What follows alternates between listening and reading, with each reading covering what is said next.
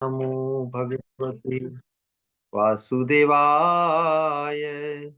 नारायणं नमस्कृत्य नरं चैव नरोत्तमं देवीं सरस्वतीं व्यासं ततो जयमुदीरयेत्। नष्टप्रायेषु अभद्रेषु नित्यं भागवत सेवया भगवती उत्तम श्लोके भक्तिर्भवती नैष्ठिकी। परम धर्म जो भागवत धर्म कहलाता है उसके अनुशीलन रूप इस दिव्य कार्यक्रम में आप सभी का स्वागत है। हम परम धर्म का निरूपण करने वाला जो अन्यतम ग्रंथ है श्रीमद् भागवतम, जिसमें प्रेम पुमर्तो महान, कृष्ण प्रेम को ही परम पुरुषार्थ रूप में जहाँ निरूपण हुआ है, उस श्रीमद् भागवतम के अनुगत हमारे पूर्व आचार्यों ने विशेष रूप से भगवान श्री चैतन्य महाप्रभु की शिक्षा और उनके मनोभिष्ट को पूर्ण करने के अनुरूप ही कृष्ण प्रेम के परम सोपान रूप श्रीमती राधा रानी के कैंकर्तव्य को प्रदान करने की जो जो साधन है, जो साधना है, उसका जो रहस्य है, उस सौभाग्य की महिमा और विशेष रूप से उस परमतम सौभाग्य को हम जैसे पतित जीवों के लिए उपलब्ध कराने का जो मनोभिष्ट महाप्रभु का है, उसे पूर्ण करने के उद्देश्य से ही इन महत् पुरुषों की महती कृपा विशेष रूप से उस कृष्ण प्रेम के परम सोपान पर प्रतिष्ठित रहते हुए भी, साक्षात भगवत पार्षद होते हुए भी, उन्होंने भगवान चैतन्य महाप्रभु के संगी बनकर एक साधकों के लिए जो उपयुक्त आवेश, साधकों के लिए जो उपयुक्त पुकार, जो उत्कंठा है, उस प्रेम से ही अनुभूत प्रसूत उद्गार और उपदेश रूप जो संग्रह है, उनके अंतर्गत हम वर्तमान में श्रील प्रबोधानंद सरस्वती प्रभुपाद द्वारा श्री राधा रस सुधा निधि स्तोत्र काव्य का अनुशीलन कर रहे हैं। पिछले सत्संग के अंतर्गत हमने श्रीपाद की जो सेवा रस की स्फूर्ति, राधा रानी के कैंकर, राधा रानी के चरणारविंद की सेवा के लिए जो अति उत्कंठित है, क्योंकि जो स्वरूप का आवेश है, हमारा स्वरूप क्या है, हम राधा रानी की किंकरी है, सेविका है।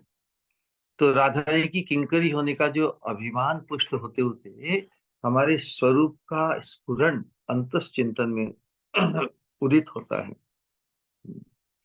कि मैं श्री राधा रानी की दासी हूँ।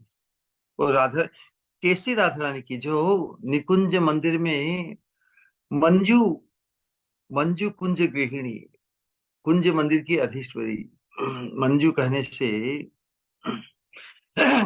जो मनोज्ञ, जो मन को बहुत ही भाए, हम जिनकी किंकरी हैं उन स्वामिनी हमें नहीं भाएगी। यही तो सौभाग्य है। राधा रानी जो हमारी ईश्वरी है, प्राणेश्वरी है, उनका जो लावण्य है, उनका रूप है, उनकी भाव भंगिमा है, सब कुछ पराकाष्ठा को प्राप्त है। तो मंजू कुंज गृहिणी के रूप में राधा रानी से प्रार्थना की पिछले सत्संग में कि हे राधा रानी, आप मुझे अपने दास्योत्सव, दासी होने का सौभाग्य, उत्सव मतलब सौभाग्य, आनंद प्रदान करो, जिसके सामने सभी अखिल अन्य साधन आकांक्षाएं सब कुछ एकदम तुच्छ प्रतीत हो। कैसी भावना, हम जिस गंतव्य को प्राप्त करना चाहते हैं उसके प्रति हमारी ऐसी ही धारणा होनी चाहिए कि हम जिस हम जिसको लक्ष्य करें उसके सामने बाकी सब बिल्कुल तुच्छ फीके लगते हैं। तो क्या हम भटकेंगे? भटक नहीं सकते जब तक हमें हमारे गंतव्य की अति उत्कृष्टता का एहसास नहीं होता, उसकी प्रतीति नहीं होती, तब तक ही भटकाव संभव है। असतेर सत्य करी मानी, हम असत को भी सत्य मान सकते, लेकिन इस अनुगत्य धर्म से, इसी परंपरा में जब हम अपने अति उत्कृष्ट सौभाग्य का एहसास किंचित मात्र विकर्ण मात्र यदि हृदय में प्रविष्ट होता है, तो हम फिर उस गंतव्य से, हमारी दृष्टि कभी बोझिल, वो गंतव्य हमारे लिए कभी अगोचर नहीं बनेगा। तो हमारा जो सौभाग्य है राधा रानी के दासत्व को, दासी होने के उत्सव या दासी होने के सौभाग्य प्राप्त करना, यही तो चैतन्य महाप्रभु के चरणाश्रित गौड़ीय वैष्णव का, गौड़ीय वैष्णव के लिए तो उस गंतव्य, उस राधा रानी के कैंकर्य की प्राप्ति रूपी गंतव्य,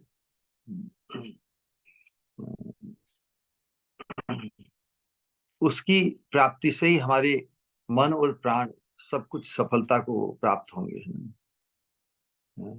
हमारे मन और प्राणों को सफल करने का और कोई उपाय नहीं, एकमात्र राधा रानी की कैंकर्य की प्राप्ति से ही वो सब संभव होगा। तो प्रबोधानंद सरस्वती ठाकुर की यही अवस्था व्यक्त हुई है कि वो राधा रानी के कैंकर्य को प्राप्त किए बिना रुकेंगे नहीं, मतलब उन्हें ढांढस और कोई चीज नहीं बंधा सकती, उनके प्राण को, देह प्राण को और कोई उपलब्धि संतुष्ट शांत नहीं कर सकती। तो साधक आवेश में ही राधा रानी को पुकार रहे थे कि आपके दास्योत्सव को प्रदान कीजिए। तुम्हारी प्रेरणा मतलब आज्ञा, राधा रानी से प्रेरित होकर आज्ञा पाकर, क्योंकि राधा रानी तो स्वभाव से किसी को सेवा नहीं देती, सखियों के साथ तो संकोच है, लेकिन दासियों को निसंकोच, बस निसंकोच आप मुझे अपनी दासी अ, होने का कब सौभाग्य प्रदान करेंगे, कब तुम्हारी पाल्य दासी, प्रेरण योग्य, कि मुझे इशारा करके बुलाओगी किसी काम के निसंकोच होकर, वैसी दासी कब बनूंगी। तो उसी चिंता के अंतर्गत जो एक लीला स्फूर्ति, जिसमें राधा रानी कुंज ग्रह में वासक सज्जिका के रूप में विराजमान है, खूबी उत्साह से नायक का आगमन होगा, और पूरी निश्चित जानकर राधा रानी ने अपने आप को सजाया है, साथ ही निकुंज मंदिर को भी अपने हाथ से सजाया है। जैसे दासियां सहायक होती है, लेकिन आज राधा रानी की विशेष अवस्था है। आज नायक अवश्य आएंगे, इसलिए खुद ही सजा कर बैठी है। दीपक भी, हाँ, कुसुम सैया अच्छी तरह से सजाई है, फिर उज्जवल दीपक को भी प्रकाशित किया है। सुगंधित पान के बीड़े, गंध इत्यादि सभी कुछ। देखिए राधा रानी श्याम सुंदर के इंतजार में ऐसा सोच रही है कि अभी तक आए नहीं, तो शायद और कुछ उत्कृष्ट सजा लूं, तो अपनी अपनी तरह सजाई, सजावट में ही जैसे पूर्ण तृप्ति, उनकी पूर्ण संतुष्टि नहीं हुई, इसलिए और श्याम सुंदर के आने आने की बड़ा इंतजार उत्कंठा के साथ हो रहा है। तो जैसे अभिभूत हो रही है अपने ही, तो एक प्रकार की भ्रांति में, भ्रांति युक्त अवस्था में है। तो राधा रानी की ऐसी, किस प्रकार स्वयं ही आज जो निकुंज मंदिर के अंतर्गत कैसी अवस्था राधा रानी की हो रही है, बड़ी ही मन को भा रही है ना, राधा रानी इतनी उत्कंठित होकर, और एक एक प्रकार की भ्रांत अवस्था, समझ सकते हैं ना, श्याम सुंदर के आने की निश्चितता है, ऐसा मान रही है, और खुद ही सजाकर, और भी जैसे अभी अच्छी तरह से नहीं हुआ, और भी कुछ आप समझते हैं, कभी कभी जल्दी जल्दी में जैसे कुछ सजाया हो, और अभी आने वाले हैं, नहीं आए, चलो इसको ये और ठीक कर दो, इस प्रकार की एक विचित्र अवस्था को प्राप्त राधा रानी। है ना। तो सभी कुछ ही तो एकदम अद्भुत, मन को भाने वाला है। जब राधारानी स्वयं ही कुंज भवन को अपने मनोमत सजा रही हो, तो सब कुछ ही तो एकदम मंजू स्वभाव को प्राप्त हो जाएगा। अब भाई, अल्टीमेटली तो राधारानी का भाव है। सबसे अधिक मनोज्ञ तो राधारानी का प्रेम का भाव है ना, उसका साक्षात दर्शन क्रियान्वित होकर राधारानी अपने मन के भाव को ही प्रकट कर रही है, शेष सैया और निकुंज मंदिर को सजाने में। और फिर भी जैसे भ्रांति को प्राप्त हो रही है, अपने आप से जैसे तुष्ट नहीं है, और कुछ अच्छी तरह सजा देवे।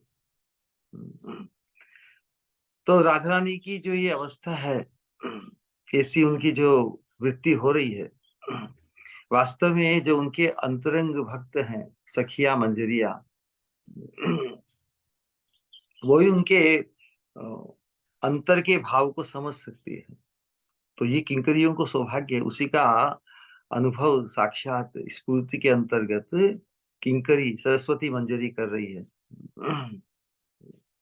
तो राधा रानी ने कुंज जो सज्जा के समय, राधा रानी की जो अंग कांति है, तप्त कांचन गौरांगी राधे वृंदावनेश्वरी, राधा रानी की जो पूरा जो उनका जो लावण्य है, उनके अंग की कांति सब जगह पूरे निकुंज मंदिर में छाई हुई है। विश्व तो विचार कीजिए कि राधा रानी की ये अवस्था, उनका जो लावण्य सर्वत्र विस्तार विस्तृत हो रहा है, उसका चिंतन कैसा होगा। लावण्य करने से, या राधा रानी की तप्त कांचन गौरांगी जो बताया है, वास्तव में सबके माध्यम से राधा रानी का जो अद्वितीय प्रेम है ना, वही तो विस्तार को प्राप्त हो रहा है। सब कुछ ही तो राधा रानी का जो उनका जो मादनाख्य महाभाव है, महाभाव से ही तो ओतप्रोत है सब कुछ।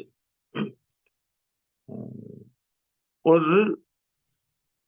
वो राधा रानी का जो प्रेम है, एक बिंदु भी, एक बिंदु मात्र से पूरे जग को जब डूब सकता है, तो विचार कीजिए, जहां पर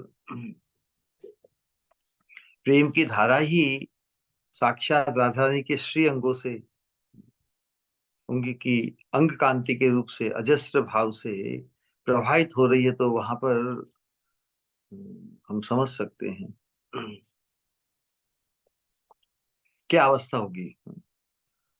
इतना आनंद प्रवाहित हो रहा है, और किंकरियां और सखियां इसका साक्षात अनुभव करती है। जो केवल निकुंज मंदिर में ही सीमित रह जाता, तो राधा रानी की इस प्रकार की महिमा भी और कोई जान नहीं पाता। तो राधा रानी की इस अद्भुत अद्वितीय पराकाष्ठा को प्राप्त जो महिमा है, वो और कोई नहीं जाने। ये कैसे संभव है। इसलिए जब महाप्रभु ने राधा रानी के भाव और अंग कांति को प्राप्त किया, तो उनकी इस जो मंजू महिमा है, उनके प्रेम से प्रभावित होकर, उन प्रेम से प्लावित होकर, जो राधा रानी की जो लावण्य आभा, अंग की कांति सर्वत्र प्रकाशित है, वास्तव में चैतन्य महाप्रभु के माध्यम से राधा रानी का राधा रानी की का जो प्रेम है, वही तो जग के सामने विदित हुआ। राधार महिमा प्रेम रस सीमा जगते जानाते की, यदि गौर न हईते तबे की हई। राधार महिमा प्रेम रस सीमा जगत जानते तो नेचुरली चैतन्य महाप्रभु के माध्यम से ही पूरे विश्व को राधा रानी के प्रेम की महिमा का विशेष रूप से चैतन्य महाप्रभु ने जब महाप्रभु प्रयागराज में थे, तो प्रयागराज में तो त्रिवेणी संगम है ना, गंगा यमुना सरस्वती। तो जिस प्रकार संगम में एकदम जल बढ़ जाता है और सभी उसमें डुबकी लगाते हैं, तो उसी प्रकार वहां पर भी महाप्रभु ने संकीर्तन संकीर्तन के माध्यम से, अपने दर्शनों के माध्यम से, एक तो नाम माधुरी और एक रूप माधुरी। तो रूप माधुरी तो वास्तव में साक्षात राधा रानी का ही रूप लावण्य वहां पे, जिसके प्रति आकृष्ट होकर फिर महाप्रभु ने संकीर्तन, नाम संकीर्तन की धन धुनी और नृत्य द्वारा पूरे विश्व को प्रेम रस में प्लावित किया। ये सबको विदित है ना। तो वास्तव में ये जो महाप्रभु ने पूरे विश्व को प्रेम रस में संप्लावन किया, डुबोया, ये राधा रानी की अंग कांति का ही कार्य है। ऐसा आकर्षण, ऐसा दिव्य आकर्षण महाप्रभु के रूप का। तो रूप तो राधा रानी का महाभाव, महाप्रभु श्री गौरांग राधा कृष्ण नहीं है। तो महाप्रभु में महा करने से महाभाव स्वरूप श्री राधा रानी का रूप। तो प्रभु तो कृष्ण ही है। तो महाप्रभु श्री चैतन्य, महाप्रभु श्री गौरांग, महाप्रभु श्री गौरांग राधा कृष्ण नहीं अन्य। तो राधा रानी की जो जो अंग कांति और उनका लावण्य और जो प्रेम प्रेम भाव से ओतप्रोत है। तो जिस प्रकार कोई वस्तु बहुत प्रकाश वाली हो, उसे देखकर, जिस सूर्य के प्रकाश को देखकर तो आंखें झुलझा जाती है ना, सुलझा जाती है, झुलसती है। लेकिन राधा रानी की अंग कांति कोई भौतिक जगत का कोई प्रकाश विकार नहीं है ना। तीव्र प्रकाश हो तो आंखें प्रभावित हो जाती है, लेकिन राधा रानी की अंग कांति तो दिव्य है। उसमें तो राधा रानी का जो प्रेम रस है, अनुराग रस है, वही तो प्रकट हो रहा है, जिसके प्रति जिसके दर्शन पाकर ही दर्शन करता उसमें डूब जाएगा। तो इस प्रकार का निरूपण, इस प्रकार राधा रानी का जो श्याम सुंदर के प्रति जो अनुराग है, वह अनुराग ही बनकर राधा रानी के वदन चंद्र पर जैसे प्रकाश झिलमिला रहा है। इस प्रकार का चिंतन प्रबोधानंद सरस्वती निकुंज मंदिर में राधा रानी का कर रही है। तो किस प्रकार अपनी स्वामिनी के इस प्रकार की अद्भुत प्रतिभा को देखकर कैसा आनंद, कैसा आनंद पाया था। उसी दर्शन के अंतर्गत जैसे इस पूर्ति में विराम आया, विराम आके फिर पुनः उसी सौभाग्य, उसी अवस्था को प्राप्त करने के लिए जो प्रार्थना की, वो पिछले सत्संग में प्रकट हुई। और वो यही आकांक्षा उन्होंने प्रकट की कि वृंदावन कुंज की जो मंजू गृहिणी श्री राधा है, मुझे अपने चरणों के दास्य उत्सव, अपना दास्योत्सव प्रदान कर धन्य करे।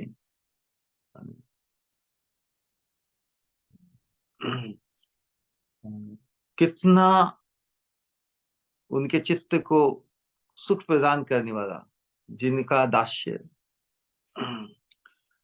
कितना आनंददायी है, कितना मधुर है, ये राधा रानी के चरणों का दासत्व। प्रबोधानंद सरस्वती हम सुनते आए हैं ना कि वो तुंग विद्या सखी है राधा रानी के मुख्य अष्ट सखियों में बीच में। फिर भी सखी होते हुए भी सखी सखी पद मंजरी पद से श्रेष्ठ है। तो सेवा सौभाग्य में मंजरी आगे है।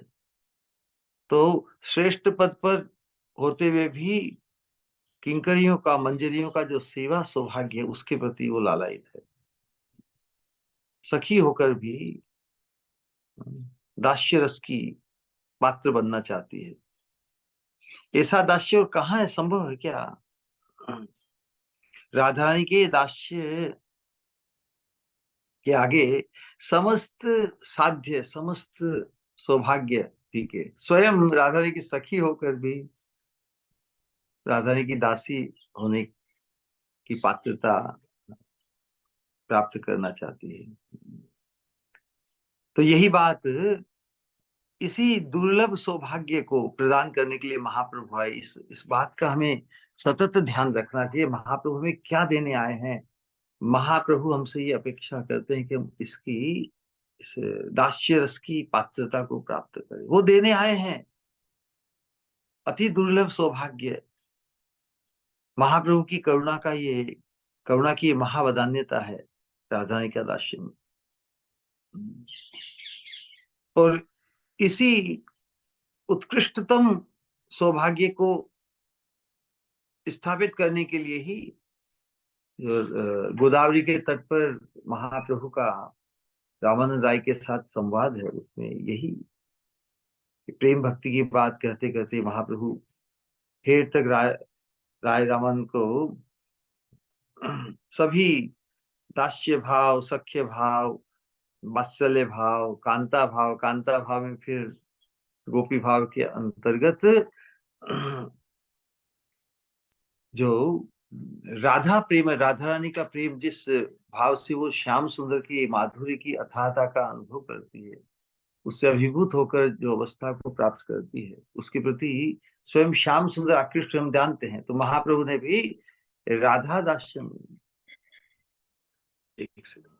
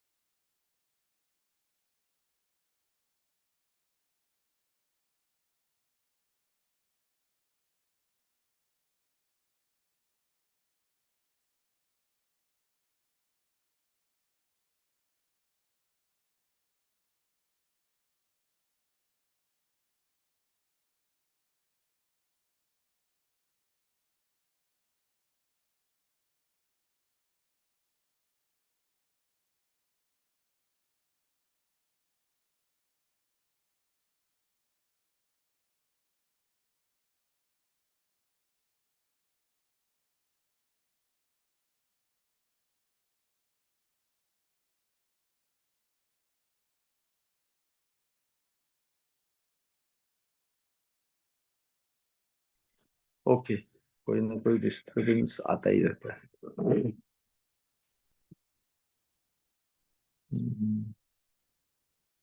तो राधा प्रेम को परम साध्य रूप में महाप्रभु ने स्थापित किया, जिसकी चर्चा तो राधा जो प्रेम हो तो राधा रानी का एक्सक्लूसिव है ना।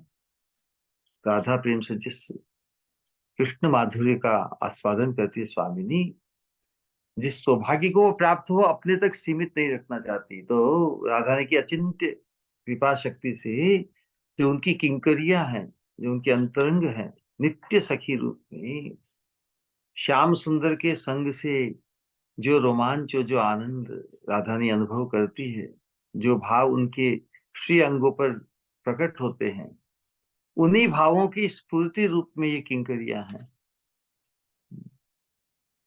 तो इसीलिए जो कृष्ण प्रेम का जो परम सोपान इसीलिए कहलाया है कि जो राधा रानी अनुभव करती है साक्षात, उसी की अनुभूति राधा रानी के चरणों की कैंकरित्व को प्राप्त जो अंतरंग दासी है वो प्राप्त करती है। साक्षात कृष्ण के साथ संगम करके जो सुख होता है, उसकी अपेक्षा भी अपनी स्वामिनी को श्याम सुंदर के साथ मिलित देखकर जो उन्हें सुख अनुभव होता है, वो स्वयं के साथ श्याम सुंदर के मिलित होने से सुख की अपेक्षा 1000 गुना है। यही राधा दासोत्सव समस्त साध्य साधनों को तुच्छ बना देता है। हम जिस सौभाग्य, जिस पराकाष्ठा को प्राप्त, जिस कृष्ण प्रेम के परम सोपान की हम चर्चा और उससे परिचित होकर उसके प्रति फैसिनेशन हमारा जागृत हो, उसके प्रति लोभ उत्पन्न हो, उसके प्रति हमारी उत्कट लालसा उत्पन्न हो, और उसकी प्राप्ति की निश्चितता, श्योरिटी को अनुभव करने के लिए ही ये अनुगत्य धर्म ही अनुशीलन है। तो जो पिछला जो सत्संग था, वो उसमें जो सिद्धांत और जो वस्तु थी कि राधा रानी अपने प्रेम के भाव से जो अनुभव प्राप्त करती है, उसी अनुभव को जगत जीवों को भी प्रदान करने के लिए महाप्रभु हमें राधा रानी के चरणों की दासी दासित्व को प्राप्त करने के सौभाग्य से परिचय कराना चाहते हैं। तो उसी के अंतर्गत वास्तव में किस प्रकार निकुंज लीला के अंतर्गत जो लीलाएं घटित होती है और उसमें किंकरियों का जो सेवा सौभाग्य है, उसी सौभाग्य के प्रति आकृष्ट होते हुए, उसी चिंतन, उसी की स्फूर्ति करते हुए, और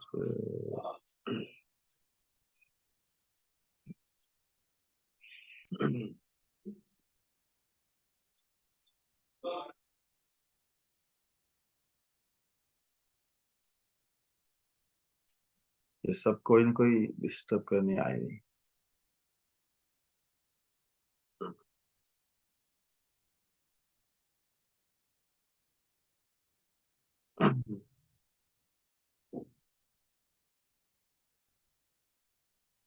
तुमने जो किस प्रकार राधा रानी निकुंज मंदिर में जो क्यों क्यों बार बार डिस्टर्ब कर रहे हैं भाई, एक से।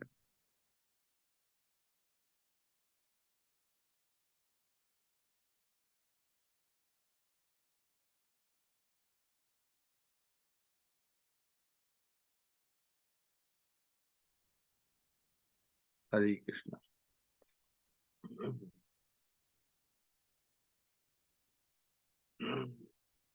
श्री राधे श्री राधे श्री राधे।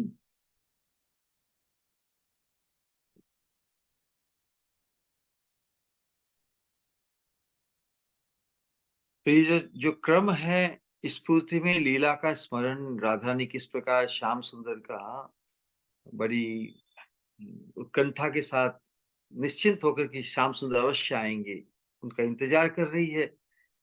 और उस अवस्था में फिर जो उनकी सेवा का जो सौभाग्य, उसी की चिंता ना किंकरियों की। तो स्वामिनी का संग सतत, कभी अपनी पाल्यदासी मानकर निसंकोच होकर सेवा प्राप्त, सेवा के लिए पुकारेगी, है ना, अपने अपने दासत्व को प्रदान करेगी। तो उसी सौभाग्य को प्राप्त करने के लिए हाहाकार। लेकिन श्याम सुंदर तो नहीं आए, राधारानी तो पूरी तैयार है। तो विलंब, श्याम सुंदर को विलंब होता देखकर क्या अवस्था होती है राधारानी की।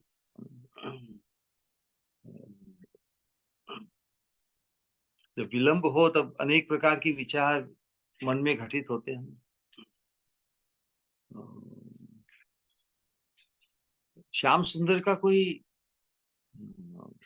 दोष नहीं देख रही, क्योंकि जो स्वयं इतनी उत्कंठा हो, उत्कंठित हो, लेकिन फिर भी बहुत देर तक यदि श्याम सुंदर नहीं आए तो उत्कंठा बढ़ जाती है।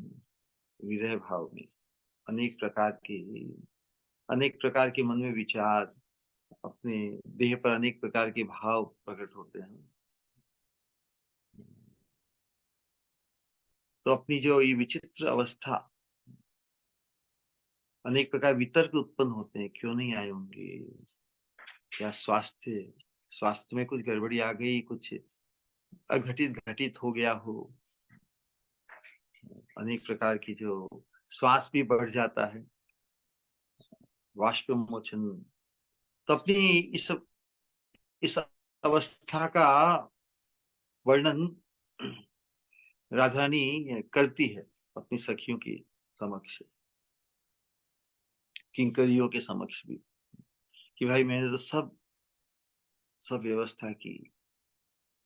एक पद गाया कि बंधुर लागिया सेज बिछाई, गाथिनु फूलेर माला, तांबूल साजालू, दीप उजारलू, मंदिर हैल आला। सर्वश्रेष्ठ मंदिर, आला, आला कहने से क्या कहते बंगला में, मंदिर हैल आला मतलब एकदम सर्वश्रेष्ठ, एकदम सुंदर।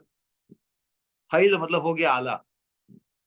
सही पाचे ये सब हईबे आनंद, से हेन नागर गुणेर सागर काहे ना मिलल कान शाशुरी ननदे वंचना करिया आइलू गहन वने बड़ साध मने ए रूप यौवने मिलब बंधुर सने पथ पाने चाही कत ना रही वो कत प्रबोधित मन।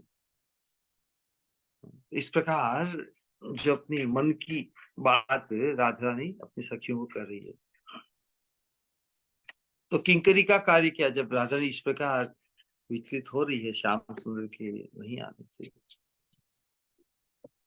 तो किंकरी का तो कार्य यही है कि इस प्रकार राधा रानी को ढांढस बंधाए। राधा रानी की जो अवस्था हो रही है उसमें क्या किया जाए, श्याम सुंदर नहीं आए, तो श्याम सुंदर को लाए बिना तो ये जो बेचैनी है, ये जो विचित्र अवस्था राधा रानी की हो रही है, उसमें राहत कैसे प्राप्त हो। तो दासी तो हमेशा ही राधा रानी के सुख दुख की ही चिर संगिनी है ना। कैसा सौभाग्य, राधा रानी की हर अवस्था में कम से कम वो उनका संग कभी नहीं छोड़ती।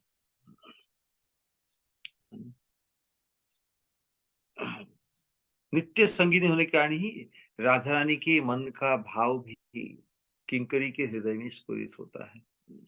अब राधा रानी जो सोच रही है क्या करना चाहिए, अब खुद तो जाएगी नहीं। देखिए किंकरी का रोल कैसा है, इसे अंतरंग हम जो अंतस चिंतन में इस प्रकार हम इतनी अंतरंग है, इतनी भाव की स्फूर्ति रूप में ही राधा रानी के हृदय में जो भाव, जो इच्छा प्रकट होती है, विशेष रूप से श्याम सुंदर की अनुपस्थिति में, वही वस्तु से राधा रानी चाहती है कि किसी पर श्याम सुंदर को ढूंढ के लाया जाए, और वही बात किंकरिया भाप जाती है, राधा रानी के मन का भाव। राधा रानी के जो मर्म है, मतलब मर्म अंतर का भाव और किंकरी का मन वास्तव में एक प्राण ही हो जाते हैं।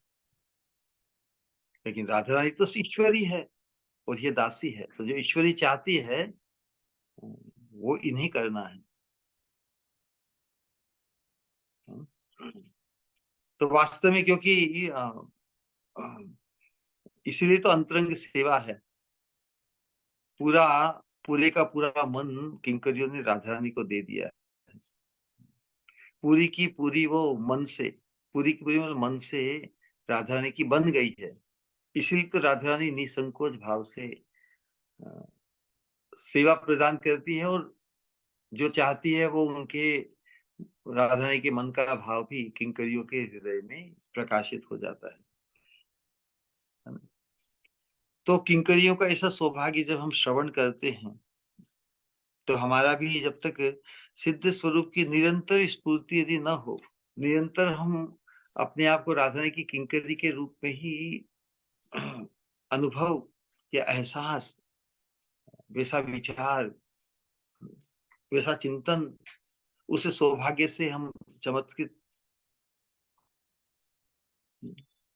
तो अपने नित्य स्वरूप की स्फूर्ति के बिना हम हमारी स्वामिनी को कैसे समझ सकते हैं, नहीं समझ सकते। हमारा वर्तमान अवस्था में तो हम स्त्री देह में तो स्त्री उचित अभिमान, पुरुष शरीर में है तो पुरुष, तो स्त्री पुरुष के अभिमान को लेकर राधा रानी की सेवा का चिंतन नहीं हो सकता। इसीलिए बार बार जो कहा कि हमें गोपी बनना ही होगा, हमें राधा रानी की किंकरी ही बनना होगा, हम राधा रानी की किंकरी ही अपने आप को माने, और उसी के अनुरूप अपने आप को वर्तमान अवस्था से ढालना है, कर्मणा मनसा वाचा। और जो इंस्पिरेशन यही है कि हमारी यही वासना कि हम भी, हमारा भी जहाँ पे राधा रानी का जन्म हुआ वहीं पे हमारा जन्म हो, जहाँ पे राधा रानी का विवाह हुआ एक किंकरी के रूप में, है ना। आहिरी आहिरी गोपी रे घरे, जो गौचारण कहते हैं ना, आहिरी ताहे अहिर की छोहर या छछिया भरी छाछ पे नाच। तो ब्रज युवती के रूप में राधा रानी की हम संगिनी बने, यही एकमात्र स्पृहा। हम भी ब्रज गोपी घर में पुत्री पुत्री बनकर हमारा जन्म हो, यही वासना, इसी वासना का जो सौरभ है, ये भी वासना का भी एक सौरभ होता है, उससे हम आक्रांत हो, हमारा चित्त उस उस भाव से हम, वो भाव से ओतप्रोत नहीं होंगे हमारे चिंतन में, तो वर्तमान इस देह से जो हमारा बंधन है, उससे हम उपरामता कैसे पाएंगे, उससे कैसे मुक्त हो पाएंगे। तो जो अंतरंग जो चित शक्ति है, स्वरूप शक्ति है भगवान की, वो विशेष रूप निकुंज मंदिर में जो परिपाटी है योग माया की, राधा रानी की संगिनी के रूप में सखी मंजरियों के बीच में, उस प्रकार के चिंतन से हमें अभ्यस्त होना होगा। इसलिए तो अनुशीलन है। तो वैसी अवस्था या चित शक्ति की, योग माया की, राधा रानी की कृपा के लिए पुकारना होगा ना। इसलिए तीव्रेण भक्ति योगेन, भागवत का यही सिद्धांत है कि जो हमारा जो प्रयास है, हमारा जो साधन है, उसमें तीव्रता लानी ही होगी। तभी तो तीव्रता से जो आवेश हमें प्राप्त होगा, तभी राधा रानी का जिस प्रकार यहाँ पर वर्णन किया जा रहा है, पूरा तो राधा रस सुधा निधि में, तो राधा रानी के जो दिव्य रूप गुण लीला, उसकी जो स्फूर्ति, राधा रानी की अद्भुत दिव्यता का एहसास, राधा रानी की उसका एहसास हमें होने लगा। राधा रानी के रूप गुण लीला के माधुर्य का आस्वादन। तो जिसने राधा रानी के दिव्य रूप गुण लीला के माधुर्य का आस्वादन का चस्का या उससे परिचित हो गया, क्या वो और किसी अन्य माधुर्य को, क्या अन्यत्र और किसी में आसक्त हो सकता है? और फिर राधा रानी के संग में श्याम सुंदर युगल के माधुर्य की चिंता, उसका एक कण भी हमारे मन को पागल बना सकता है, भ्रमित कर सकता है दिव्य रूप में। तो जो एक नाम है ना भंवरा, भंवरा फूल की, कमल की या गुलाब के फूल की गंध से भ्रमित हो जाती, इसीलिए उसका नाम भंवरा है। बस वो उधर ही मंडराते रहता है। उसी प्रकार राधा रानी की दिव्य रूप गुण लीला का चिंतन, उनकी माधुरी का चिंतन हमारे मन को भी संसार के अनंत भटकावों से भ्रमित करके एकांतिक राधा रानी की में हमें के माधुर्य चिंतन में केंद्रित कर सकता है। तो यही तो बात है कि किस प्रकार हमारे आचार्यों ने जो ये बात प्रस्तुत की, उन्होंने युगल के रूप गुण लीला के माधुर्य का आस्वादन किया अपने चिंतन में, और उस चिंतन को ही हमारे सामने अपने दिव्य ग्रंथों में छोड़ दिया, है ना। तो ये जो प्रार्थनाएं हैं, ये जो लालसाएं व्यक्त की हमारे आचार्यों ने, नरोत्तम दास ठाकुर ने, प्रबोधानंद सरस्वती ने, रूप गोस्वामी ने, रघुनाथ दास गोस्वामी ने, ये प्रार्थनाएं उनकी दिव्य अनुभूति के रस से रची हुई। तो जब उन्हें उसी चिंतन के माध्यम से जब स्फूर्ति होती, तो उन्हें साक्षात वैसा ही अनुभव होता है जैसा यहाँ पर प्रकट किया जा रहा है।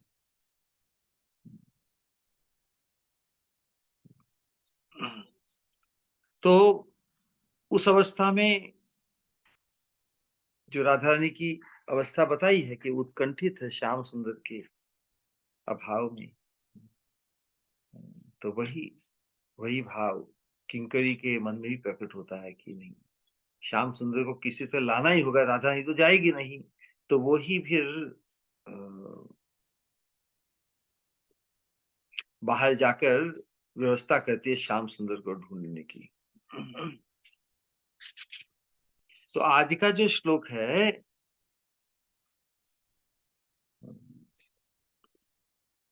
उसमें जो चिंतन इसी प्रकार हुआ है, बहुत ही गूढ़ है। वास्तव में हम तो अपने आप को इतना नितांत अयोग्य मानते हैं, हमें क्या कुछ कहने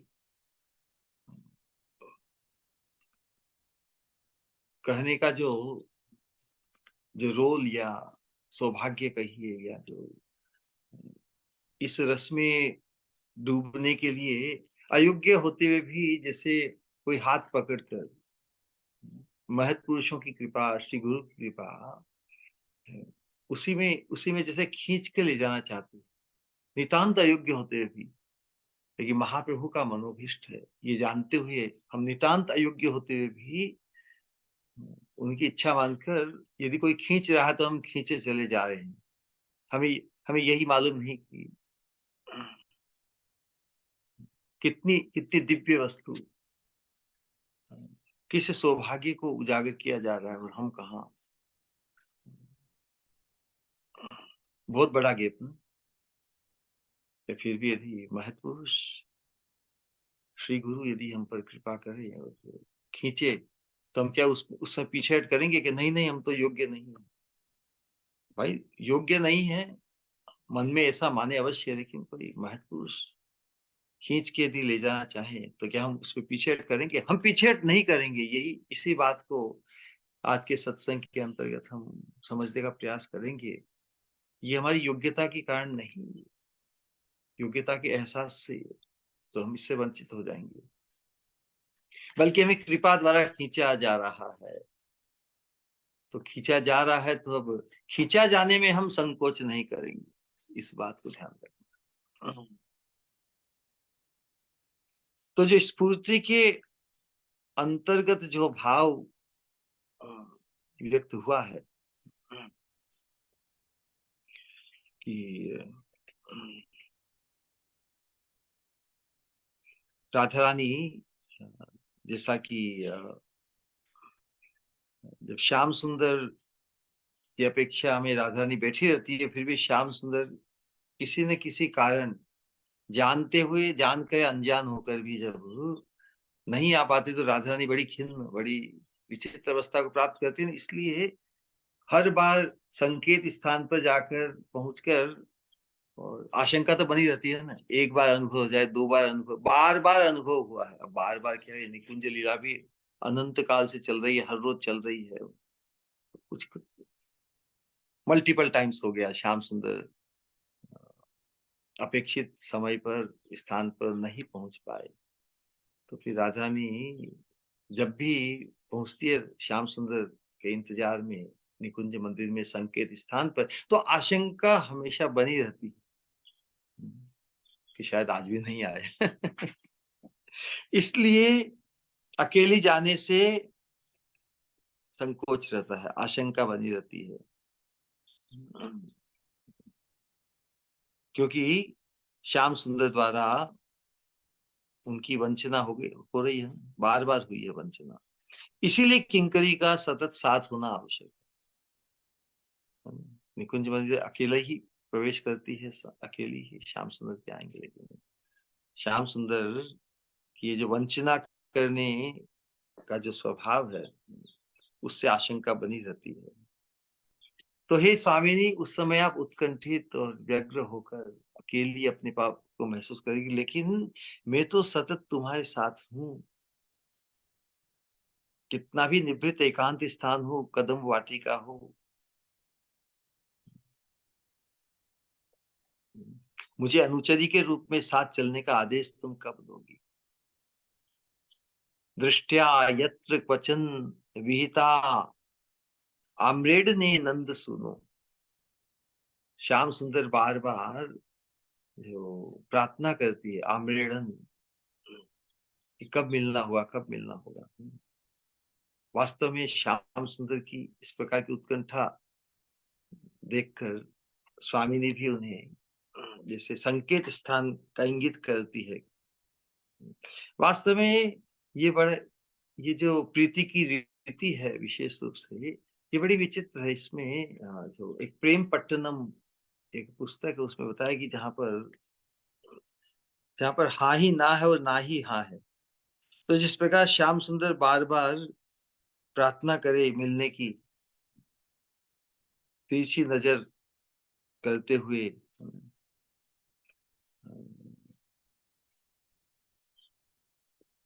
वहां पे संबोधन जो लीला के अंतर्गत हुआ है आज, उसको हम कह रहे कि दृष्टया यत्र क्वचन विहिता मृडने नंद सुनो प्रत्याख्यान छलत उदितोदार संकेत देशा धूर्तेन्द्र त्वद भयम उपगता सा रहो नीपवाट्याम नैका गच्छेत कितव कृतम इत्यादिशेत करही राधा।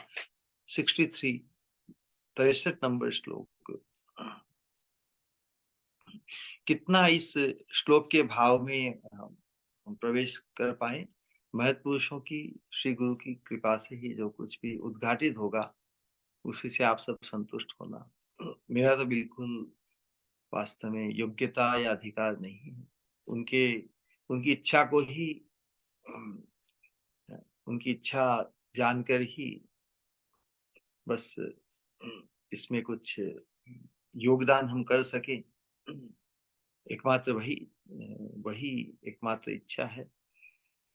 तो उसमें यहाँ पर जो किंकरी श्याम सुंदर को जो संबोधन कर रही है, स्वभाव है विचित्र।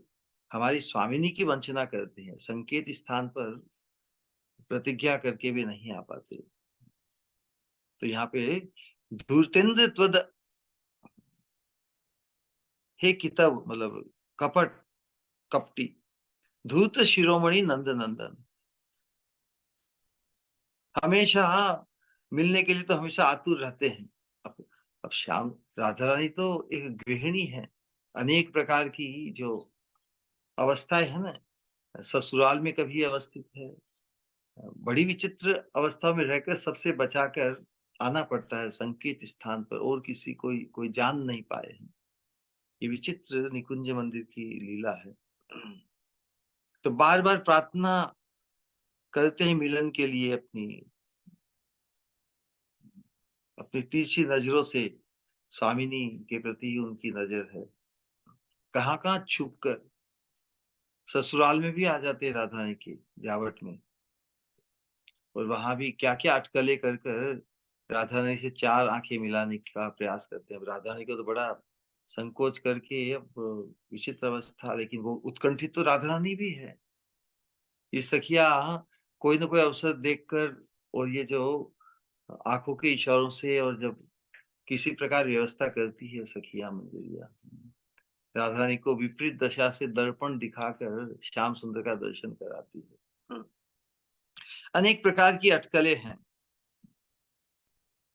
तो राधा रानी, देखिए एक विचित्र अवस्था है, श्याम सुंदर बार बार अपनी आंखों की अटकलों से, तिरछी नजरों से मिलने का आग्रह कर रही है, तो राधा रानी आपात दृष्टि से जैसे उसका विरोध ही कर रही है, अस्वीकृति प्रदान कर रही है।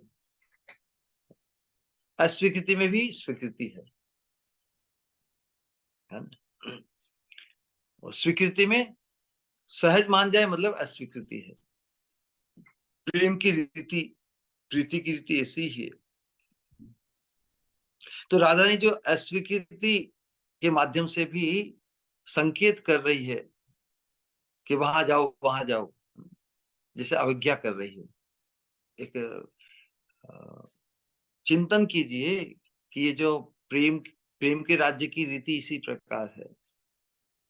वहां पे सहज अनुमोदन हो मतलब विरोध है, और जहाँ विरोध है बार बार मतलब हाँ अनुमोदन है। तो अस्वीकृति के छल से एक विशेष संकेत स्थान को इंगित करती है राधा रानी, लेकिन श्याम सुंदर शायद उस संकेत को समझ नहीं पाए। ऐसा ऐसा बहाना बनाकर अब जो लीला घटित होगी उसके अंतर्गत ये हम चिंतन करेंगे।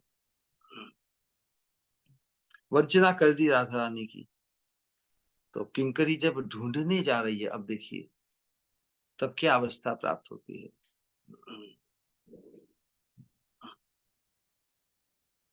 उसी का चिंतन यहाँ पे हो रहा है कि राधा रानी तो अस्वीकृति के छल से संकेत स्थान का निरूपण कर दिया,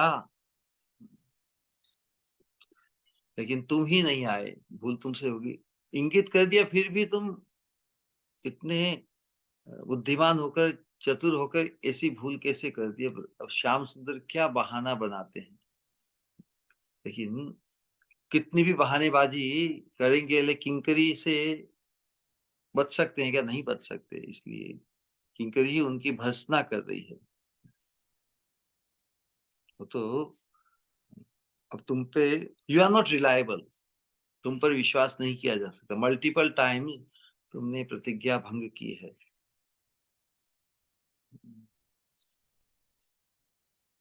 तो उस अवस्था में राधा रानी किसी तरह अपने मन की जो भड़ास है, मन का जो फ्रस्ट्रेशन है, किसे व्यक्त करेगी? अपनी किंकरी, कोई नहीं।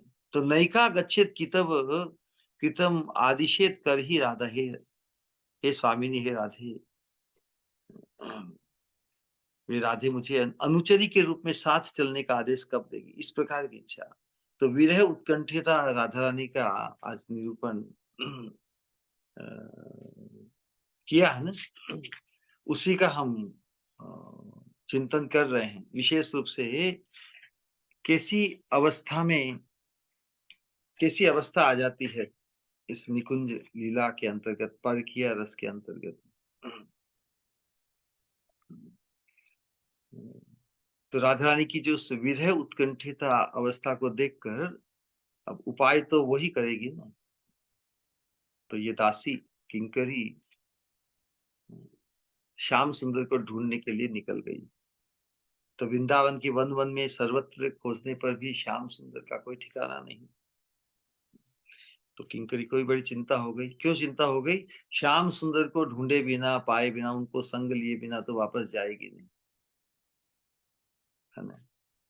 उसी प्रकार वास्तव में साधकों के बीच में हमारे एक गुरु भाई है, ये सत्य घटना है। उनका, उनकी अपने हमारे गुरु महाराज के प्रति कैसी प्रीति। एक बार गुरु महाराज ने उनको कहा कि आज मुझे वो फल खाने की इच्छा है, वो फल ले आओ। और वास्तव में वो फल उन दिनों सीजन, आउट ऑफ सीजन था।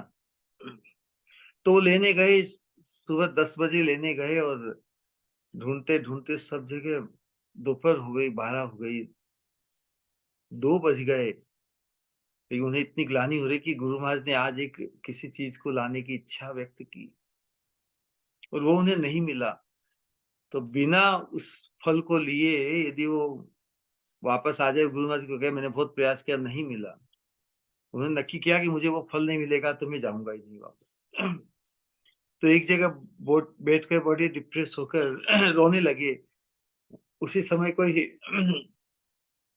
व्यक्ति आकर, अरे अरे साधु जी, तुम क्यों परेशान हो, क्यों उद्विग्न हो? ऐसे ही व्यक्ति ने, किसी ने पूछा। तो उन्होंने कहा कि मेरे गुरु महाराज ने मुझे उस फल को लाने की इच्छा व्यक्त की है, लेकिन मुझे वो प्राप्त कहीं हुआ नहीं। कलकत्ता में मैं बहुत जगह बाजारों में। तो व्यक्ति कहा अच्छा वो फल चाहिए, तो चलो मैं बताऊं तुम्हें वो फल कहाँ मिलेगा।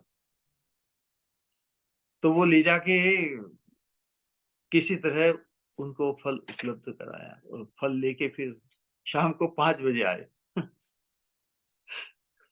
10 बजे का गया व्यक्ति, 5 बजे शाम को आए, और फिर फल को प्रदान किया। तो फिर गुरु महाराज ने, कितनी इतना विलम्ब कैसे हुआ? तो पूरी विलम्ब नहीं मिला। फिर ढूंढते ढूंढते समय उन्होंने तो सहज ही ऐसा कहा, लेकिन बाद में फिर मालूम पड़ा कि किस प्रकार उन्होंने संकल्प कर लिया कि यदि वो फल प्राप्त नहीं होगा तो वापस नहीं जाएंगे। तो यहाँ पर किंकरी की भी यही अवस्था है कि मैं जिस उद्देश्य को पूर्ण करने के लिए आई हूँ, उस उद्देश्य को पूरे किए बिना वापस कौन सा मुंह दिखाऊंगी मेरी किंग स्वामिनी को? तो यही उसकी चिंता का विषय है। मेरी स्वामिनी वीरणी रूप में ऐसी अवस्था को प्राप्त है, श्याम सुंदर को लाए बिना तो उनकी प्राण रक्षा नहीं होगी। तो चिंतित दासी इस प्रकार ही सोचती है, कहीं नहीं मिले श्याम सुंदर, एक अटकल शायद चंद्रावली के कुंज में, कि चंद्रावली विपक्ष है ना, तो कम से कम श्याम सुंदर वहां जाने की भूल तो नहीं करेंगी, क्योंकि अ, निकुंज मंदिर और संकेत स्थान पर आने की पूर्ण संभावना थी, और कहीं अटकेंगे नहीं, लेकिन और कहीं नहीं मिले तो फिर अंतिम रिसोर्ट तो चंद्रावली के कुंज की तरफ देखाऊं, ऐसा किंकरी सोचती है ना। संभव है कहीं ना कहीं तो कुछ कहीं से खबर मिल जाए, कुछ सीक्रेट की, कहाँ पे इधर उधर भटक गए हैं। तो वहां पहुंचकर क्या देखती किंकरी, श्याम सुंदर चंद्रावली के साथ ही मग्न है, वहीं पर वार्तालाप आलोक संवाद सब कुछ हो रहा है। अब अवस्था इस प्रकार है, किंकरी जिस तरफ से आ रही है, उसी तरफ से हवा भी बह रही है। और हवा किस तरफ जा रही है? चंद्रावली के कुंज में। तो किंकरी ने जो प्रसादी वस्त्र धारण की वो राधा रानी के ही है, राधा रानी की कंचुकी, और जो भी अंतर वस्त्र बहिर्वस्त्र जो राधा रानी के अंग की दिव्य गंध से आप्लावित है, वो गंध जब श्याम सुंदर की घ्राण घ्राणेन्द्रिय में है, नासिका इंद्रिय में जब प्रविष्ट करती है, तो श्याम सुंदर चमत्कृत हो जाते हैं। स्वामिनी के अंग गंध से तो परिचित है ना, वो तो उन्मादित रहते हैं। तब चमत्कृत होकर जैसे झापते कह रहे, यहाँ पर तो या तो स्वामिनी आ रही है, स्वामिनी की कोई अंतर किंकरी आ रही है, ये आशंका श्याम सुंदर होते ही वो हठात एकदम किस प्रकार एकदम चमत्कृत होकर श्याम सुंदर बाहर आते हैं। निश्चय ही कुछ है ना। तो श्याम सुंदर को चकित देखकर चंद्रावली देखते हैं, अचानक तुम्हें क्या हो गया? मेरे साथ इतना दिव्य में तुम्हें आनंद प्रदान कर रही थी, अचानक तुम कैसे चमत्कृत होके, जैसे कुछ शौक लगाओ ना, शौक लगता है बिजली का। तो राधा रानी के अंग की गंध को पाकर हवा के माध्यम से किंकरी की जो प्रसादी वस्त्र, उसमें राधा रानी के अंग की गंध समाहित है ना। तो क्या किया जाए? क्या हुआ? चंद्रावली पूछती है, क्या हुई, चौंके क्यों? तो श्याम से कहती है, अरे अचानक माँ ने मुझे कुछ काम दिया, कोई भी बहाना बनाकर, और मैं तो उस काम को किए बिना ही अचानक तुम्हारे प्रति आकृष्ट होकर, तुम में मोहित होकर मैं तुम्हारे पास ही आ गया, ले अचानक मुझे याद आया, इसलिए जाना पड़ेगा, इसलिए मुझे जाना ही होगा, क्योंकि माँ का काम है। वास्तव में चंद्रावली तो दक्षिणा नायिका है, अंतरंग बात को नहीं समझती, वो तो सोचती ठीक है, यदि श्याम सुंदर इतने व्यग्र हैं तो ठीक है, काम काम पूरा करके शीघ्र चले आना। तुम्हारी प्रतीक्षा में बैठी रहूंगी। वास्तव में जैसे ही श्याम सुंदर फिर चंद्रावली के कुंज से निकलते हैं, सामने कौन देखते हैं? किंकरी को ही देखते हैं। अब किंकरी से पल्ला पड़ा, अब किंकरी तो झाड़ेगी ना। कैसा सौभाग्य राधा रानी के अंतरंग किंकरियों का, किंकरी होकर भी जो पूरे पूरे जगत के नियामक है, जो सर्वेश्वरेश्वर रूप में प्रतिष्ठित है, वेद लोक सर्वत्र वैकुंठाधिपति, इनसे इन्हें प्रताड़ना को सहन करना होगा। लेकिन ये प्रताड़ना में बड़ा सुख पाते हैं, क्योंकि प्रताड़ना कौन करे? जो परम अभिष्ट श्याम सुंदर की है स्वामिनी, उनकी अंतरंगा, उनके अंतरंग मंजिल से प्रताड़ना भी मिले, डांट भी मिले, तो वो भी अल्टीमेटली तो राधा रानी के मिलन को ही संपादित करने के लिए घटित होगा ना।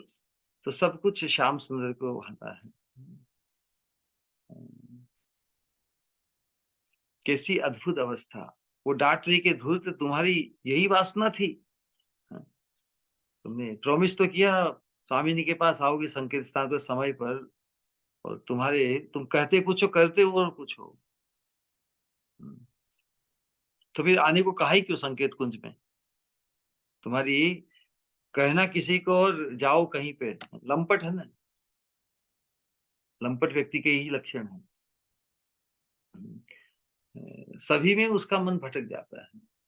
हाँ, तो जब तक राधा संगे यदा भाति तदा मदन मोहन, जब तक राधा रानी के संग में रहते हैं तब तक तो वो मदन मोहन बने रहते हैं, लेकिन राधा रानी के संग में आने के बीच में यदि कहीं भटक भी सकते हैं। अन्यथा विश्व मोहोपी स्वयं मदन मोहित, पूरे विश्व को मोहित करने वाले होते हुए भी राधा रानी के संग में जब नहीं होते तो वो भी वो भी भटक जाते हैं, अटक जाते हैं। स्वयं मदन मोहित, स्वयं मदन में मोहित हो जाते हैं। राधा रानी के संग में मदन से भी मोहित नहीं होते। ये जो भगवान का जो स्वभाव यहाँ पे प्रकट हो रहा है, और उसी स्वभाव के लिए तो प्रताड़ना हो रही है किंकरी के द्वारा, कि जाना कहाँ था तुम्हें और कहाँ आके यहाँ पे तुम्हारे इंतजार में हमारी स्वामी तो संकेत कुंज में आकर तुम्हारे विरह में इतनी यातना भोग रही है, और तुम यहाँ पर बड़े बड़े स्वच्छंद ढंग से लंपटता प्रकाशित कर रहे हो, अन्य सुख में डूबे हो। धूर्त, प्रॉमिस किया है क्यों तुमने? जब यही आना था, यही तुम्हारी मनसा थी, तो फिर हमारी स्वामिनी को क्यों इस प्रकार की अवस्था में तुम छोड़ जाते हो बार बार? अब श्याम सुंदर कहे क्या? अरे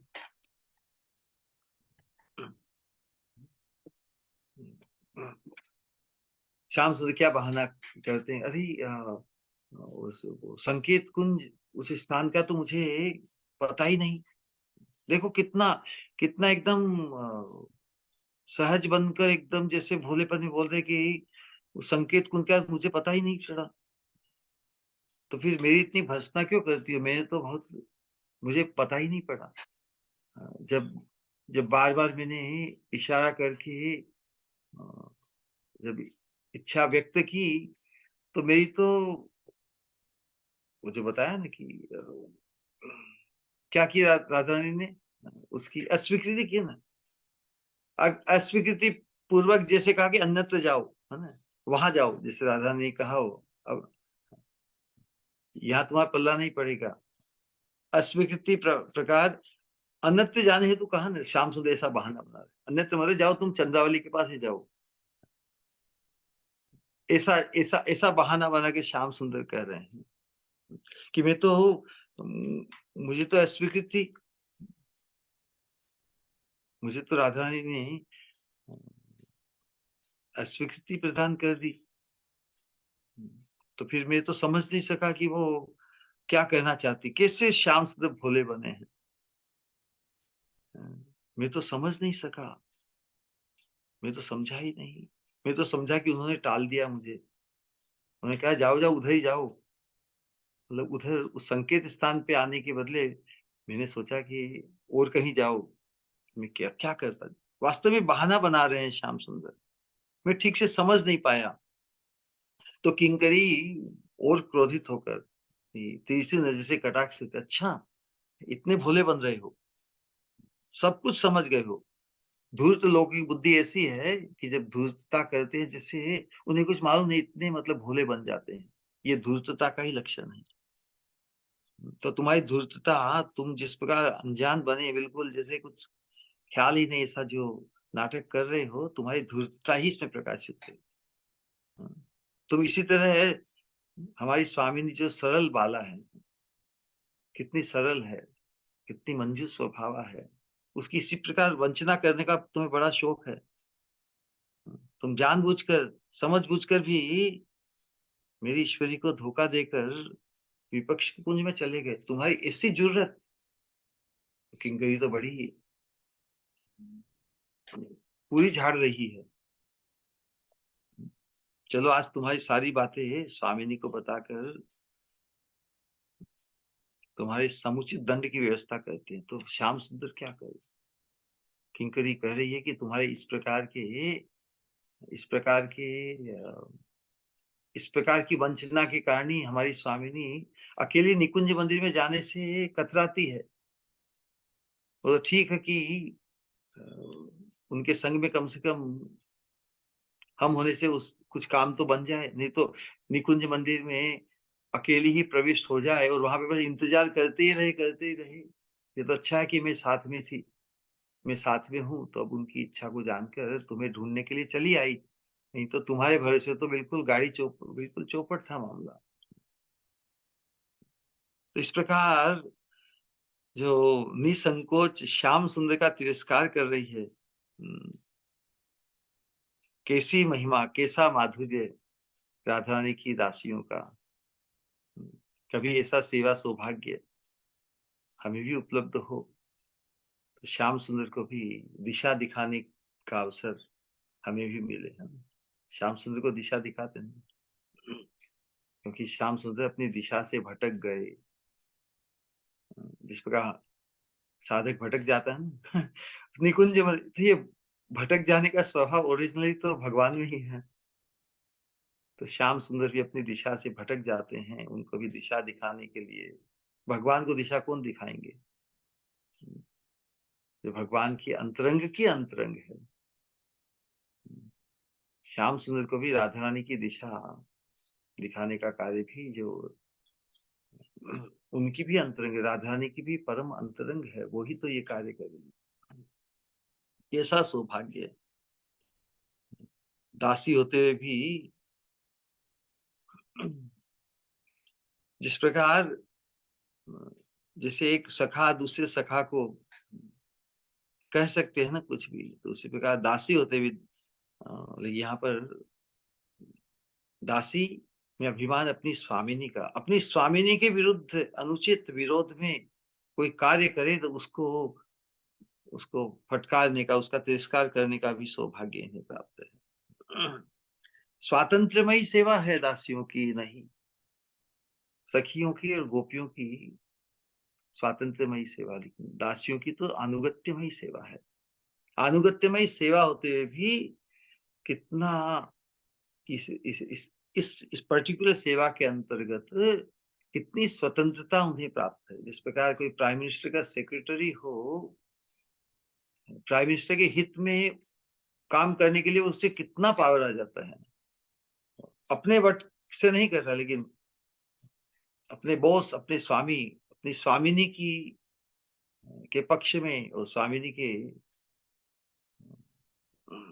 हित में किसी को भी किसी पे भी शासन कर सकता है। सेक्रेटरी का इतना बड़ा पावर होता है। तो यहाँ पर ये किंकरी का यही सौभाग्य है, अपनी स्वामिनी किंकरी के हित में श्याम सुंदर को भी कभी तिरस्कार करने में उन्हें कोई संकोच नहीं, क्योंकि अपनी स्वामिनी के प्रति ऐसा मदीयता भाव है। मेरी स्वामिनी के साथ तुमने इस प्रकार करने की, सोचने की जरूरत कैसे की, तुम्हें विचार नहीं आया।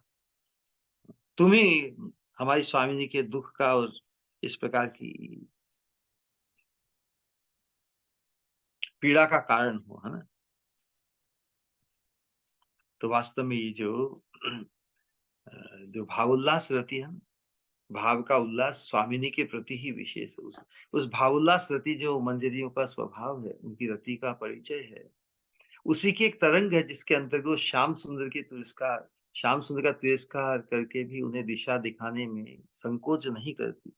वास्तव में श्याम सुंदर का भी तो यही अभीष्ट है। भूल तो हो गई, भूल से डांट तो पड़ेगी, तो स्वामिनी से डांट पड़े उसकी अपेक्षा यहीं पर जो डांट पड़ रही है उससे यहीं पे कुछ समाधान, कुछ सुलझाव कर लिया जाए। तो श्याम सुंदर तो जैसे बड़ी हाथ जोड़े करे, बड़ी किंकरी बात, जो हुआ सो हुआ, लेकिन आगे की सुधी लो, बीती बात बिसारी आगे की। अच्छा, इतने चतुर बन रहे हो, देखो तुम्हारे सामने सब पोल खोल देंगे हम। श्याम सुंदर कह रहे हैं कि अब तो इस अवस्था में मैं भी अकेला, तुम बोल रहे कि स्वामिनी अकेली जाने में संकोच करती निकुंज बने क्योंकि मेरे द्वारा वंचना होती है, तो इस अवस्था में तो मैं भी अकेला जाने में संकोच कर रहा हूँ। तुम ही मेरी संगिनी बन के मुझे वहां पर पहुंचा दो। इस प्रकार ना किंकरी बोलते कि नहीं तुम चलो, तुम्हारी सब पूरी वहां पर उजागर करेंगे। श्याम सुंदर कह रहे हैं कि ठीक है तुम जितना कहना कर लो, लेकिन जाके कम से कम ऐसा तो मत कहना कि मैं चंद्रावली के कुंज में तुमने मुझे पाया। कैसे ही बहाना करके ऐसा कह देना कि मैं तो राधा रानी के विरह में व्याकुल होकर राधा राधा नाम लेते लेते लेते भटक गया, उसमें ही मग्न होकर और अचानक तुम्हें मिला। किस प्रकार की सफाई श्याम सुंदर दे रहे हैं, और किंकरियों से चाटू भरी वार्ता करके अपनी स्वामिनी की अनुकूलता प्राप्त करने का जो प्रयास कर रहे हैं। एक्चुअली जो ये प्रताड़ना है, और ब्रज की लीला में जब श्याम सुंदर राधा रानी से मिलन के लिए सतत उत्कंठित रहते हुए अटकलें करते हैं, राधा रानी का जो ससुराल है व्यावट, वहां पर भी आकर किसी तरह, क्योंकि राधा रानी के विरह में, राधा रानी का विरह श्याम सुंदर को बहुत खलता है ना, इसलिए किसी प्रकार, और ससुराल में राधा रानी विशेष अधिक उत्कंठित रहती है कि ससुराल से निकलकर कृष्ण रूपी पर पुरुष से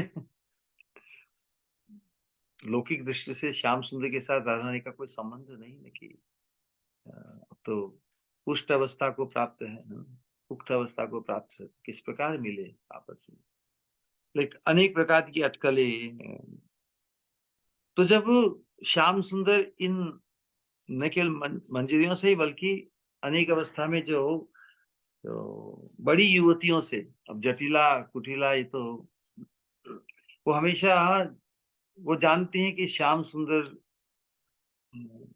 के प्रति आकृष्ट है ब्रज बधुए, सभी सभी ब्रज बधुए, केवल राधा रानी ही नहीं, सभी ब्रज बधुए बहु बेटियां श्याम सुंदर में आकृष्ट है। और श्याम सुंदर की प्रतिष्ठा उस धूर्त लंपट के रूप में बड़ी ही प्रसिद्धि है।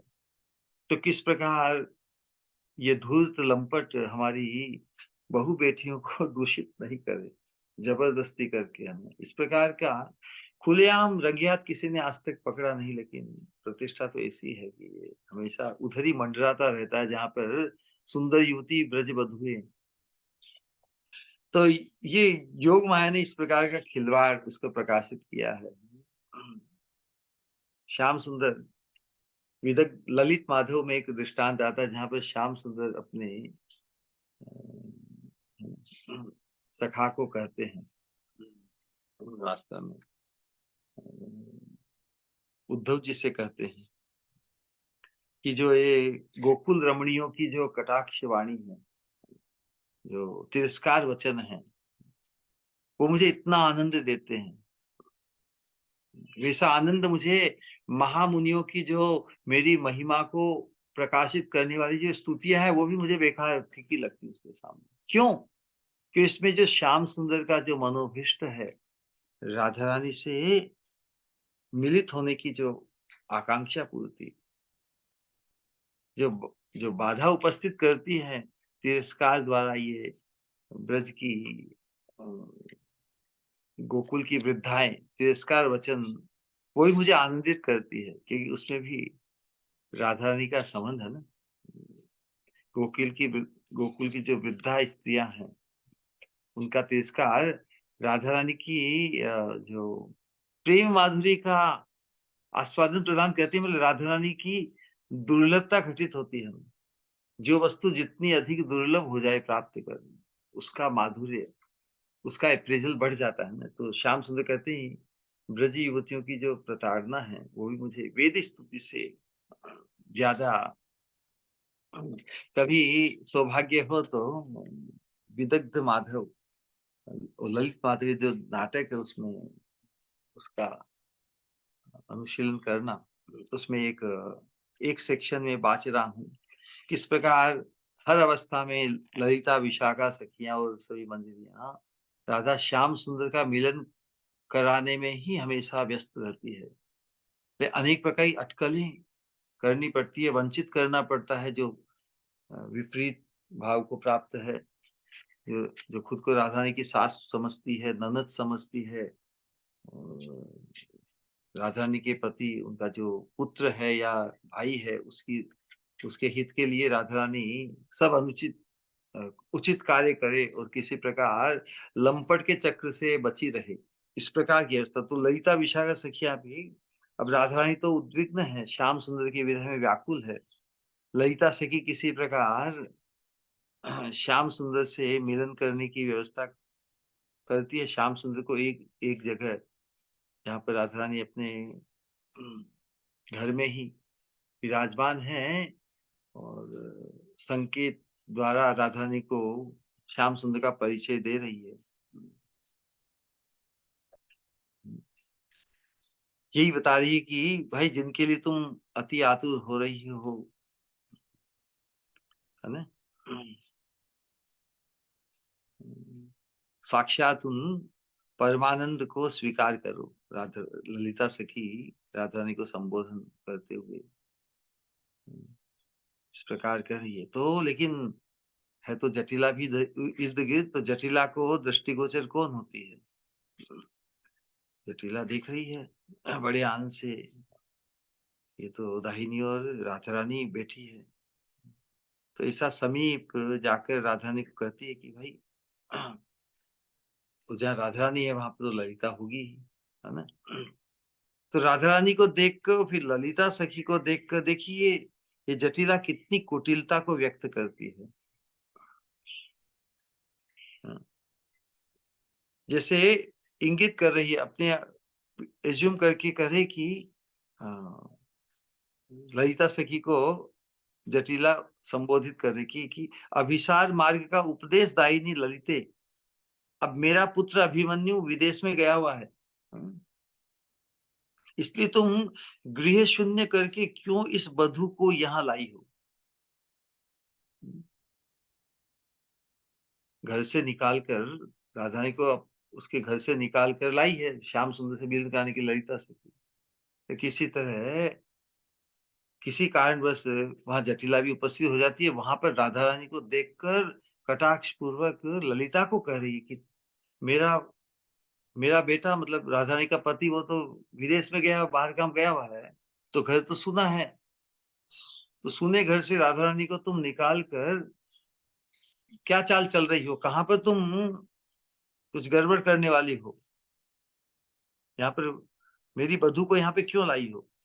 तो ललिता को तो एकदम भय लग जाता है। वो कह रहे हाय, दुर्भाग्य इस प्रतिकूल, मन ही मन में क्या कह रही कि हाय दुर्भाग्य इस प्रतिकूल प्रकृति वाली डायन वृद्धा ने जला मारा। क्या बहाना करती है ललिता, देखो अटकले देखो। ललिता कह रही है स्पष्ट रूप से, हे आर्य, गार्गी के निकट से सुना है कि आज सूर्य देव की माधुरी पुष्प के द्वारा पूजा करने पर वह कोटि गो प्रदान करेगा। यदि गृहिणी आज के दिन सूर्य पूजा इस पर्टिकुलर फूल से करे तो तुम्हें कोटि गोधन प्राप्त होगा। इसलिए मैं राधा को माधुरी कुंज में ले आई हूँ, अतः तुम प्रसन्न हो जाओ। मैं कुछ गलत नहीं कर रही हूँ राधा रानी के साथ। भले अभिमन्यु बाहर गया तो इसमें क्या है, सूर्य पूजा तो हो ही सकती है। तो जटिला क्या रिएक्शन देती है? मिथ्या स्नेह बताए, ओहो तू मेरी हितैषी है। तो मिथ्या स्नेह बताकर कान कान में कहती, वत्से देखो मेरी बहू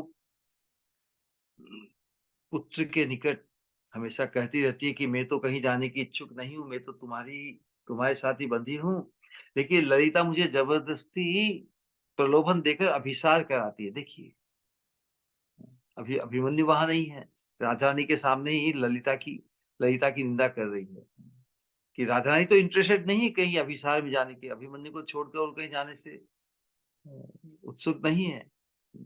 और तुम तो वो राधा रानी अभिमन्यु अपने पति को ही कहती है कि मैं तो और कहीं जाने के उत्सुक नहीं हूं, मैं तो तुमसे ही बंधी हूँ केवल।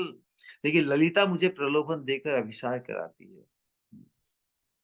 तो भाई इस प्रकार तुमको मिथ्या दोष लगाती है राधा रानी, ललिता पे मिथ्या दोष लगाती है ललिते, तुम इस प्रकार का अपना अपमान कैसे सहन करती हो? राधा रानी की मिथ्या वचन राधा रानी जैसे ललिता पर दोष लगाती है अभिमन्यु के सामने। ये बात घटित करके बोले तुम अपना ये अपमान, राधा रानी तुम्हारा इस प्रकार का अपमान करती है, उसको कैसे सहन करती हो? तो ललिता क्या सोचेगी, क्या राधा रानी ऐसा कर सकती है? जैसे कि अपने आप कहते बड़ा आश्चर्य है, जटिला की कुटिलता की भी हद होती है ना। अरे इस जटिला की कुटिलता तो देखो। तो भगवान तो वहां श्याम सुंदर वहां पर बड़ी विचित्र अवस्था को प्राप्त है। जटिला ने जैसे पूरा पूरा खिला हुआ चंद्रमा उदित हुआ है, राधा श्याम सुंदर का मिलन होने की संभावना।